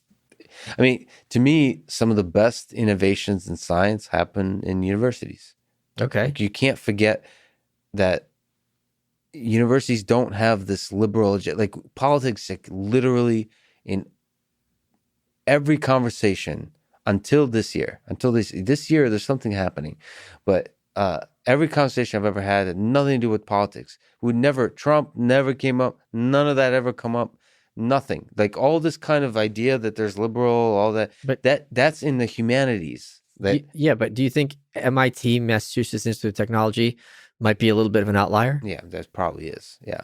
But I honestly don't think when people criticize academia, they're looking at, they're in fact also picking the outliers, which is they're picking some of the quote unquote strongest gender studies departments. This is nonsensical. When I was at Bucknell, I was a college student, we had to take, we had a bunch of electives, and I wanted to take a class on American individualism. One of the texts of the 5 that we had to read was Birth of a Nation, the movie about the Klan. Yeah. So there's no department where these people are not thoroughgoing, hardcore ideologues. This is not a gender. That's a humanities. Fine, all the humanities, not just gender studies. Okay, fine. I can give you history, English. Yes, all of them. Every university, as you know, has it mandatory in the curriculum. They have to take a bunch of these propaganda classes. I look forward to YouTube comments because you're being more eloquent and you're speaking to the thing that a lot of people agree with, and I'm being my usual slow self, and people are going to say not very nice things about me. Don't say anything not nice about Lex. Okay. Please. Let me try to just shoot up a school. That would be preferable. There he goes again. Only the teachers. Go to the darkest possible place. That's sunshine, baby. Schools. That's where everyone goes to be happy. Playgrounds. There he goes. Dark ear. Just dives right in just go dark and then just comes back up to the surface. You don't have to feel this way anymore. Just one day and it'll all be over. You're probably a figment of my imagination. I'm not even having this podcast. Well, This is after 18 Red Bulls, I'm surprised you could see anything. This is like Fight Club. Red in Bull real gives you life. deliria. Yeah. Like, I got into it with Ed Norton yesterday on Twitter. Oh, really? Yeah. Is he like the rest of the celebrities? Yeah, he's like, oh, this is an existential threat to America. Trump's a fascist. He's delegitimizing the Oval Office. I said, what an odd endorsement of Trump. Well, you should have went with Brad Pitt. He might have a different opinion. But that's The true. Fight Club reference. Okay. Yeah. This conversation is over. It's interesting. I'd like to draw a line between science and engineering, and science not including like the biological aspect, the parts of biology that touch, and humanities and biology. Like I feel because humanities, if you just look at the percentage of universities, it's still a minority percentage. And I would actually draw a different, I think they serve very different purposes. Sure. And that's actually a broken part about universities, about like why is some of the best research in the world done at universities? That doesn't, like, there might be a different, like MIT, it feels weird that a faculty. Yeah, these are conceptually different things. Like we do research and we teach. Why is this the same diagram? It feels weird. But that's just, but I'm coming to like the defense of the engineers that never talk about, I'm not like my mind isn't, I'm not like deluded or something where I'm not seeing the house on fire. I'm just saying I am seeing the house because I also lived in Harvard Square. I'm seeing Harvard. But when you see the tanks coming, they're coming, Lex. It's going to be so beautiful. I'll be like the American Beauty, the plastic bag. I just won't be able to stop crying because it'll be so beautiful. Yeah. The tanks. I can already see it. But the engineering departments where like I believe that the Elon Musks of the world, that the like the innovation that will make a better world is happening, and like let's not burn that down because that has nothing to do with any, like they're all like sitting quietly in while the humanities and all these kind of diversity programs, they're not having any of these discussions. Listen, my Soviet brother, we both know that ice water runs in our veins. So if you're calling for mercy, that is not how I'm wired, but I'm not closing the door. Yeah. I'm actually realizing now, so for people listening to this, I'll probably prepend this in saying that I'm even slower than usual. I didn't sleep last night, but I feel I'm actually realizing just how slow I am and how much preparation I need to do. And if I would like to defend aspects of academia, I better come prepared. I don't think you need to defend them. I think I'm granting you your premise freely. No, you might be. Okay. I don't think the world is. You just defeat your own argument because it is not at all have to be the way that a phenomenal research institution like MIT, which no one disputes, has to also be an educational establishment. These two things are not at all necessarily interconnected. But then you have to offer a way to separate them. Correct. But like I'm not a big fan. Everybody's different, but I'm not a fan of criticizing institutions without offering a way to change. And especially when I'm like have ability to change, I'd like to offer a path. Like, what if they weren't students? They were all mentor, what's the opposite of a mentor? Mentee, protege. What's the term when you when you work at a place like interns? Not an intern. It's not the word I'm thinking of. But anyway, like basically they're working there instead of going to college there. It's possible, but it's going against tradition, and so you have to build new institutions and can't have these engineers building new things. That's crazy. Yeah, these research engineers, what are they going to be building things? Well, one of the things, because you're kind of apprentice. That's the word I was looking at. Apprentice, which is ironic. We're talking about Trump, and we couldn't think of the word apprentice. Well done. We should both be You're fired. Yeah, there you go. These Russian Jews so quick with their wit. Okay, but the thing is, you're a fan of freedom. I am, and there is intellectual freedom. People, this is what I was trying to articulate. I'm failing to articulate, but there truly is complete intellectual freedom within universities on topics of science and engineering. I believe you. Yeah. I agree with you. I don't think it's going to take much persuasion, but I'll give you an example. When that, I'm sure you know more details about this than I do. When that scientist engineered that probe to land on that comet, And the articles were written because this Hawaiian shirt he was wearing had like pinup girls on it, which I think his female student sewed for him or something, or his ex-girlfriend. And he had to apologize. This is what Rand was talking about. Yeah. That the great accomplishments of men have to say I'm sorry to the lowest, most despicable, disgusting people. Yeah, I don't know. Let me bring this case up because I think about this. This might not mean much to you, but it means a lot to a certain aspect of the computer science community. There's a guy named Richard Stallman. I don't know if you know who that is. No.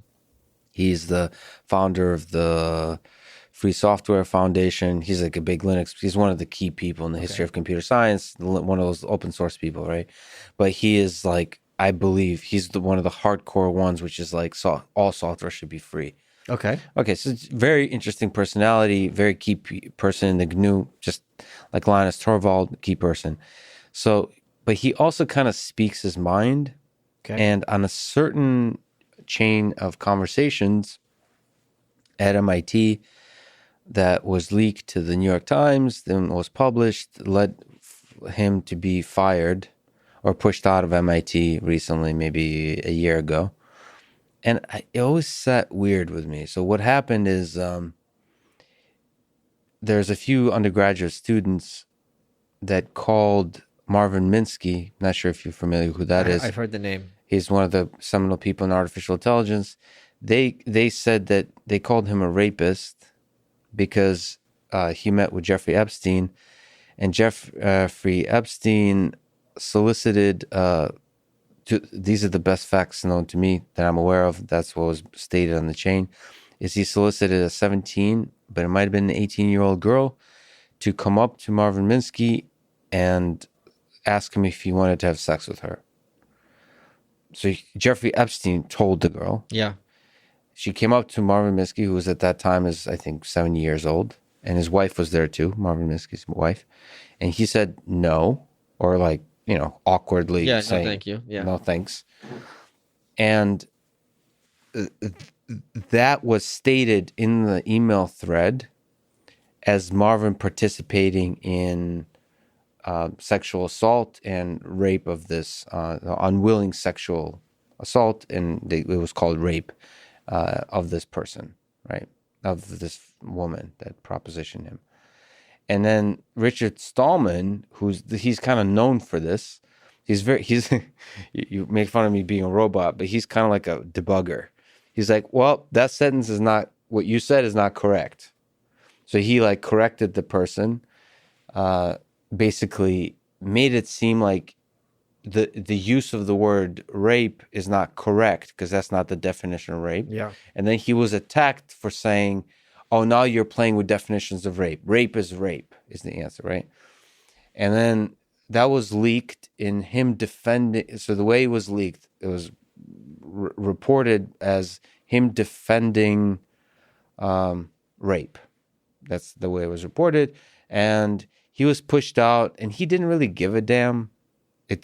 He doesn't seem to make a big deal out of it. He just left. He made an example of him. They made an example, and then everyone was afraid to defend him.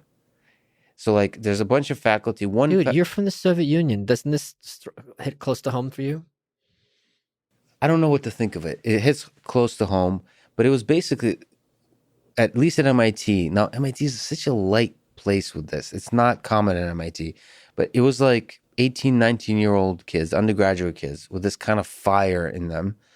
There's just very few of them, but they're the ones that raise all this kind of fuss. And the entirety of the administration, all of the faculty are afraid to stand up to them. It's so interesting to me. Like, I don't know if I should be afraid of that. You don't think you should be afraid that when someone who's trying to be specific when it comes to charges of violent assault is looking for that clarity, can get their life, other search days? Let me give you more context. There's a little bit more context to Richard Stallman, which is... He was also a rapist. No. I left out that part. He liked raping people. But he's had a history through his life of, every once in a while wearing the Hawaiian shirt with, like, he would make... He's a fat, sorry, but he's a fat, unattractive. He like what Trump referred to the the guy, hacker 700-pound guy in the basement. in the basement. That's Richard. Okay, I love he is what he is. People he would eat his own. He would pick skin from his feet in lectures and just eat it. No. Okay, yeah. There's videos of him doing that. So he must. I'm not joking. He must really be behind the spectrum then. Yeah. Okay. Oh yeah. Yeah. And I think this and his office he door he wrote something like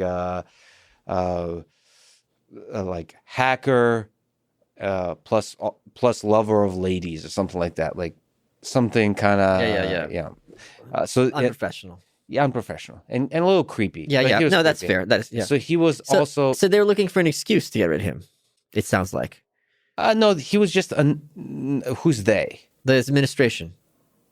Yeah, probably. A lot of times, what people don't realize, and this will be my defense of cancel culture. A lot of times when someone gets fired over something like this, this isn't why. This is just giving them cover to get rid of them without getting a lawsuit. Yeah, but it's still. I guess what I'm trying to communicate is he was a little weird and creepy, and he may not be the best for the community, but that's not necessarily the message it's sent to the rest of the community. The message is sent to the rest of the community that being clear about words or the usage of the word rape is you should call everything rape. That's basically the message it was sent. Or you should call what we say rape. It's about submission. Yeah. I think you'd be very happy to know that there's a lot of people, and she's very crucified by this, like Betsy DeVos, the Women's Department of Education, who are aware of this. They are aware that this completely contradicts due process. They're aware of how a rape accusation is something not to be taken seriously, but because it's not to be taken seriously, it has to be also taken seriously in other context. That once that word is around a male, this can ruin his entire life. And that's the sticky thing of the word. I think about this a lot. That how would I defend it if somebody I can honestly say I've never done anything close to creepy in my life, with women. But you wouldn't know it if you had, right? That's the thing. A lot of these creepy guys don't think they're creepy; they think they're being cute. Yeah, but I'm just telling you, even fine. Let's say I'm not aware of it, but the point that I am aware of is that somebody could just completely make something up. Correct. Yeah. Okay. And what would I supposed to? No, he denied the charges. There's an article around everything you did, supposedly, and it goes, Mr. Friedman denied the charges. Yeah. But what creeps me out? That happened. Can I interrupt? Sure. Zora Neale Hurston's one of my favorite writers. She's from the Harlem Renaissance. She wrote Their Eyes Are Watching God and a couple of other books. She was just an amazing, amazing figure. Her biography is called Wrapped in Rainbows. It's just a masterpiece. I think I read it one day. Can't recommend her enough. Fascinating woman. During the 30s, I think it was, or 1940, she was out of the country.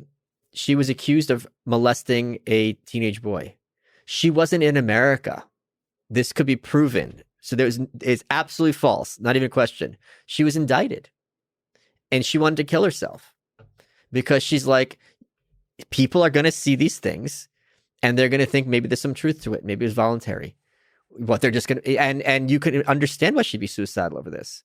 So yeah, this is something that's been going on for a long time. And the fact that it's becoming, I do agree it's important. I know a lot of women who have been sexually assaulted, more than I'm happy that I know. And if I know that many, that means there's more. So I think it's a good idea that they feel seen, that they don't feel wounded, they don't feel damaged, that they can talk to their friends. And I'm like, man, this sucks. This happened to you. And I don't think you're a slut. I don't think you're asking for it. I think you feel violated. I think it's gross. Talk to me. I do think that that's important. And I also think it's important though, when things get kind of in a frenzy, that a lot of people are like, yeah, I also had something happen. And very quickly the line between he grabbed my boob and he violently raped me, I don't think these two things are the same at all. I think they're both sexual assault. But in terms of what someone can deal with the next day, the next month, 10 years later, I don't think there's similar scenarios. Yeah. I had Juanita Broderick on my show, and hearing her talk about, her alleged rape by Bill Clinton was very disturbing for me. Very disturbing to hear, because it was like half an hour. So, we think of these things and think, okay, hold her down, blah, blah, blah, Yeah. and then it's done. Half an hour when just even someone physically holding you down for half an hour. Yeah. Like not even a sexual assault. Yeah. Like that's traumatic. Yeah. You think, your brain's going to think, am I going to die? When I zoom out, I think ultimately this is going to lead to a better world. Like empowering women to speak to those kinds of experiences, the benefit of it outweighs the issue is whenever people are given a weapon, some are going to use it in nefarious ways. And that's the lesson of history. Males, females, whites, blacks, children, adults. When people are given a mechanism to execute power over others, some are going to use it. Can I ask you for a therapy thing? Sure. On trolling, in a sense. Because I mentioned somebody making up something about me. I feel because I wear my heart on my sleeve, I'm not good with these attacks. Like I've been attacked recently, just being called a fraud and all that kind of stuff. Just light stuff. Like I haven't, it was like, it hurt. Okay, well, let me help you. Maybe it's because I'm a New Yorker. No, I'm serious. Yeah. Here's why. In New York, a lot of times you'll be walking with your friend and a homeless person will come up to you and start yelling things at you. Your reaction isn't in those circumstances, let me hear this out. Your reaction is physical safety and getting away. Now, it's not impossible that homeless person is actually saying the truth. This happened to a friend of mine. This guy wasn't homeless, and he's walking down the street on Smith Street, and he's just talking out loud, and he goes, "Why do they call them hipsters? What are they hip to?" And she chuckles, and he goes, "What are you laughing at, fatso? You start something, I'll finish it." Yeah. And she just couldn't move. Yeah. And it's like, is my weight a problem? Because that's the first thing he went to. Yeah. And I don't know that I have any advice, but when you hear something like this, I think you need to be better in terms of boundaries. I think you should not perceive this as a fellow human, but as a crazy homeless person, because if I thought that you were a fraud in some context, that's a very weird word to use because fraudulent podcaster, these are real mics. But if I thought scientist or human. Sure, but I would ask myself, is this person in a position to make this judgment? Or are they backing it up? Are they saying, here, your conclusions were wrong, here's some mistakes in your data, and you can engage with them in ideas? But whenever someone uses a word to entirely dismiss your life without having the knowledge of your life, you do not have to take that seriously.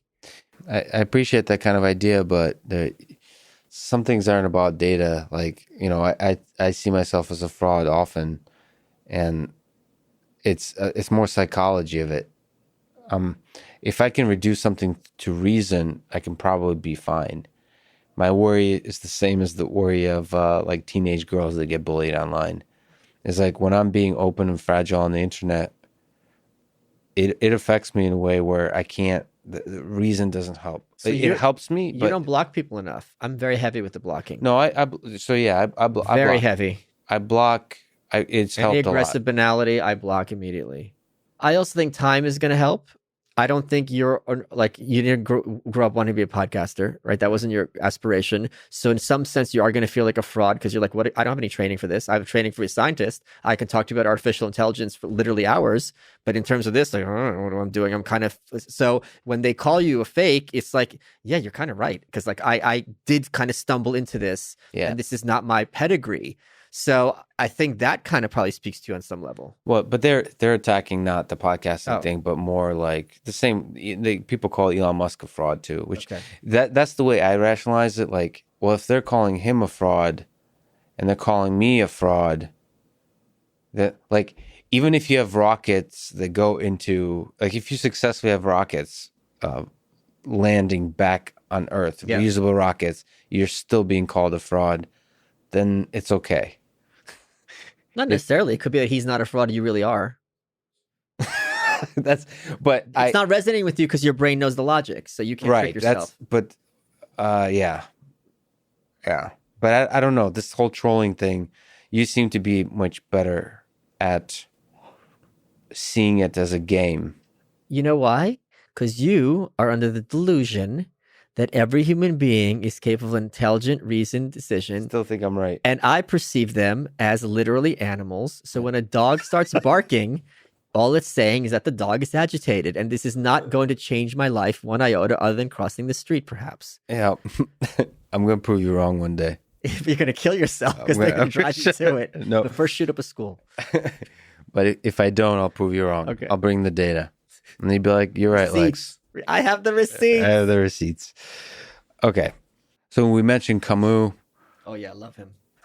Is there this is a question that people like love when I ask of really smart people. What is love? No. What books, let's say 3 books, if you can think of them, technical, fiction, philosophical, would you had a big impact on you, or would you recommend to others? Sure. The Machiavellians by James Burnham.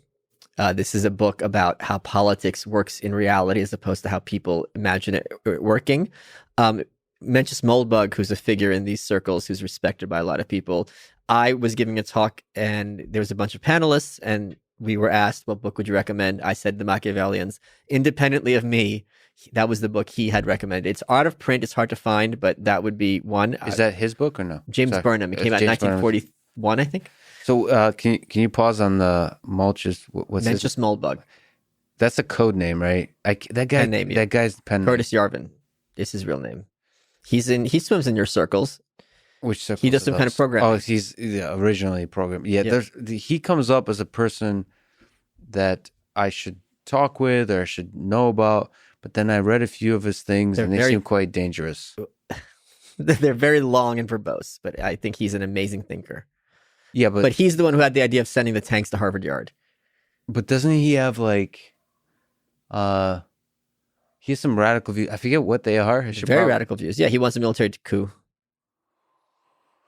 But you're saying he's a serious thinker that is worthy of, not worthy. I don't know that you would enjoy having a conversation with him. I think a lot of people enjoy seeing it happen, but I think it would be a lot of talking past each other, and it would be interesting. What do you agree? I did a stream with him. What do you disagree? Okay.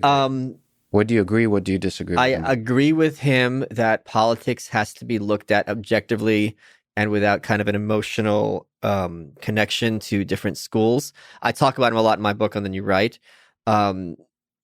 Disagree. I don't think a military coup is a good idea. He doesn't think anarchism is stable. I disagree. I mean, me and him, I did a live stream with him. We just dorked out a lot about history and people who've fallen in the memory hole. So, I mean, he's got a lot of writing. So the sense I got from him was that if I talk with him, a lot of people would be upset with me for giving him a platform. Yeah, I think he's on that edge where they want to read him out of what is acceptable discourse. What's his most controversial? I mean, you keep mentioning the tanks. Is that the most controversial viewpoint? Does he have a race thing? No, he's the alt-right doesn't particularly like him in many ways because he's not a big on the race thing. I don't know what would be his most controversial view, to be honest. I think because he is radical in terms of his analysis of culture, anytime someone's a radical, that is dangerous. Yeah, it's dangerous. Okay, book. So that's one. The Fountainhead, which is I would say not Atlas Shrugged. No, if you read Atlas Shrugged before reading The Fountainhead, you're doing yourself an enormous disservice. Don't you dare do it. On the philosophical, because every the level, novel on every level. Fountainhead's a better novel. Fountainhead's superfluous if you read Atlas Shrugged first. Fountainhead's about psychology and ethics. It does not have to do with her politics, other than its implications. So it's by far the superior book. The third one. Ooh, this is a good question. Let me see. There's so many good books out there that I love. I'm going to. This is not really my third choice, but I'll throw it out there because this is such an important worldview, especially for people on the right. Are you virtue signaling? No, this is counter signaling. Mm-hmm. Thaddeus Russell's book, A Renegade History of the United States. His thesis is that it's the degenerates that give us all freedom. And things like prostitutes, things like madams, things like slaves, things like immigrants, because they were so low status, they could get away with things that then people who are higher status demanded, and so on and so forth. So I think that thesis and it really has extreme consequences in thinking. And no, Jonathan Haidt, The Righteous Mind. Those are the four. Is that his best? I haven't read any of his stuff. The Righteous Mind's the only one you want. Okay. That was four, but of course. Forget Thaddeus Ross. We'll put Haidt in there. Of course you would. No, forget Thaddeus. So those are the three. So we talked about love. Let me ask you the other question I'm obsessed with. Are you, do you ponder your own mortality? I do. A lot. Especially now that I'm an uncle. Especially now that I have like these younger people that I mentor. I was just yesterday, my friend John Gerges, who did my theme song for my podcast, who did the book cover for Dear Reader, who's like the most talented person I know. His song came on the iPod at the gym. And I almost messaged him. I go, one day one of us is going to bury the other and it's going to be really sad. And I thought about that. And it was kind of just like, oh man, that's really going to suck. I don't know which scenario would be better. Like, I will be very sad if he's gone. I'm sure he'll be very sad if I'm gone. I mean, are you afraid of it? No. Rand had this quote about how I won't die, the world will end. So I've had enough experiences that I've really, at this point, and everything's icing on the cake. So if I were to kill you at the end of this podcast, it would feel painless. That would be okay? Yeah. You know why? Does anyone know you're here, by the way? You know why? Just asking for a friend. Here's why. Yeah. There's that wit. Save that for Twitter, Lex. Do they call you Sasha? No, I'm Lyosha. Lyosha. Oh, that's my sister's husband. Okay. So here's why. I strongly believe, and this is a very kind of Jewish perspective, that you just have to leave the world a little bit better than you found it. That all you could do is move the needle a little. And one of the things I set out to do with Dear Reader, my book on North Korea, I was at a point in my career where I could do something to make a difference instead of just writing like co-authoring books with celebrities, which I'm very proud of, but are neither here nor there. And I thought, all right, I know how to tell stories. I know how to inform people. I know how to entertain people. If I move the needle in America, who cares? We got it really good here. If I move the needle in North Korea a little bit, the cost benefits through the roof. I never thought of that, actually. I never thought of Dear Reader from that perspective. When I set out to write it, wow. I'm like, okay, what can I do? I'm not going to be able to liberate the North Korean regime. What I can do is the camera right now is focused on, at the time, Kim Jong-il, now Kim Jong-un. And I can do just this a little bit. And I go, behind that guy who you think is funny clown, there's millions of dead people. There's children being starved. There's people who are performing because they have a gun to their kid's head. And if someone put a gun to your kid's head, you'd put on those dancing shoes real quick. And I and others have managed to change the conversation about North Korea in terms of look at those silly buffoons to those poor people. So the fact that little thing I can say with a straight face, I did, doesn't make me a great person, but it does make me someone who, if I have to go tomorrow, I can say I did a little bit to make the world a better place. What do you think is the meaning of life? I think the meaning of life is... why are we here? Oh, well, I'm a Camus person, so I'll give the Camus answer. So there's two types of people. Those who know how to use binary. No. Thanks for relating to the audience. 1110012. Downvote. What kind of radical freak is this, Lex? So, and I use this example in my forthcoming book. You go into a countryside, a mountainside, and you see a blank canvas on an easel. And one kind of mentality goes, it's just a blank canvas. This is stupid. What am I looking at? And the other type goes, what a great opportunity. I'm in this beautiful space. I have this entire canvas to paint. I could do anything I want with it. So I am very much of that type 2 person.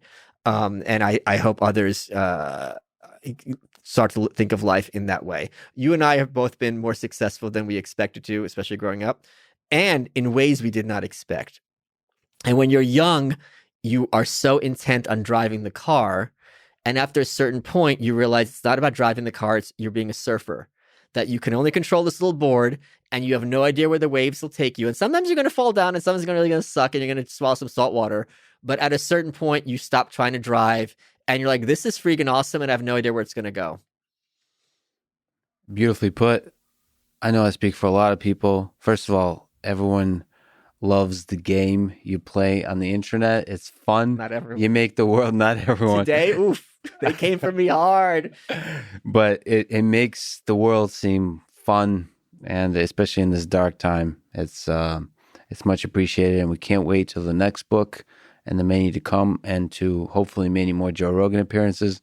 You guys do some great magic together. It's fun. Yeah, it's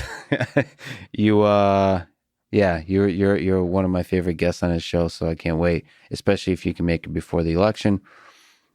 Thanks so much for making today happen. I'm glad you came down. You're awesome. Thank you so much. What a great compliment. Thanks for listening to this conversation with Michael Malice, and thank you to our sponsors, SEMrush, which is a SEO optimization tool, DoorDash, which is my go-to food delivery service, and Masterclass, which is online courses from world experts. Please check out these sponsors in the description to get a discount and to support this podcast. If you enjoy this thing, subscribe on YouTube, review it with 5 stars on Apple Podcasts, follow on Spotify, support on Patreon, or connect with me on Twitter at Lex Friedman.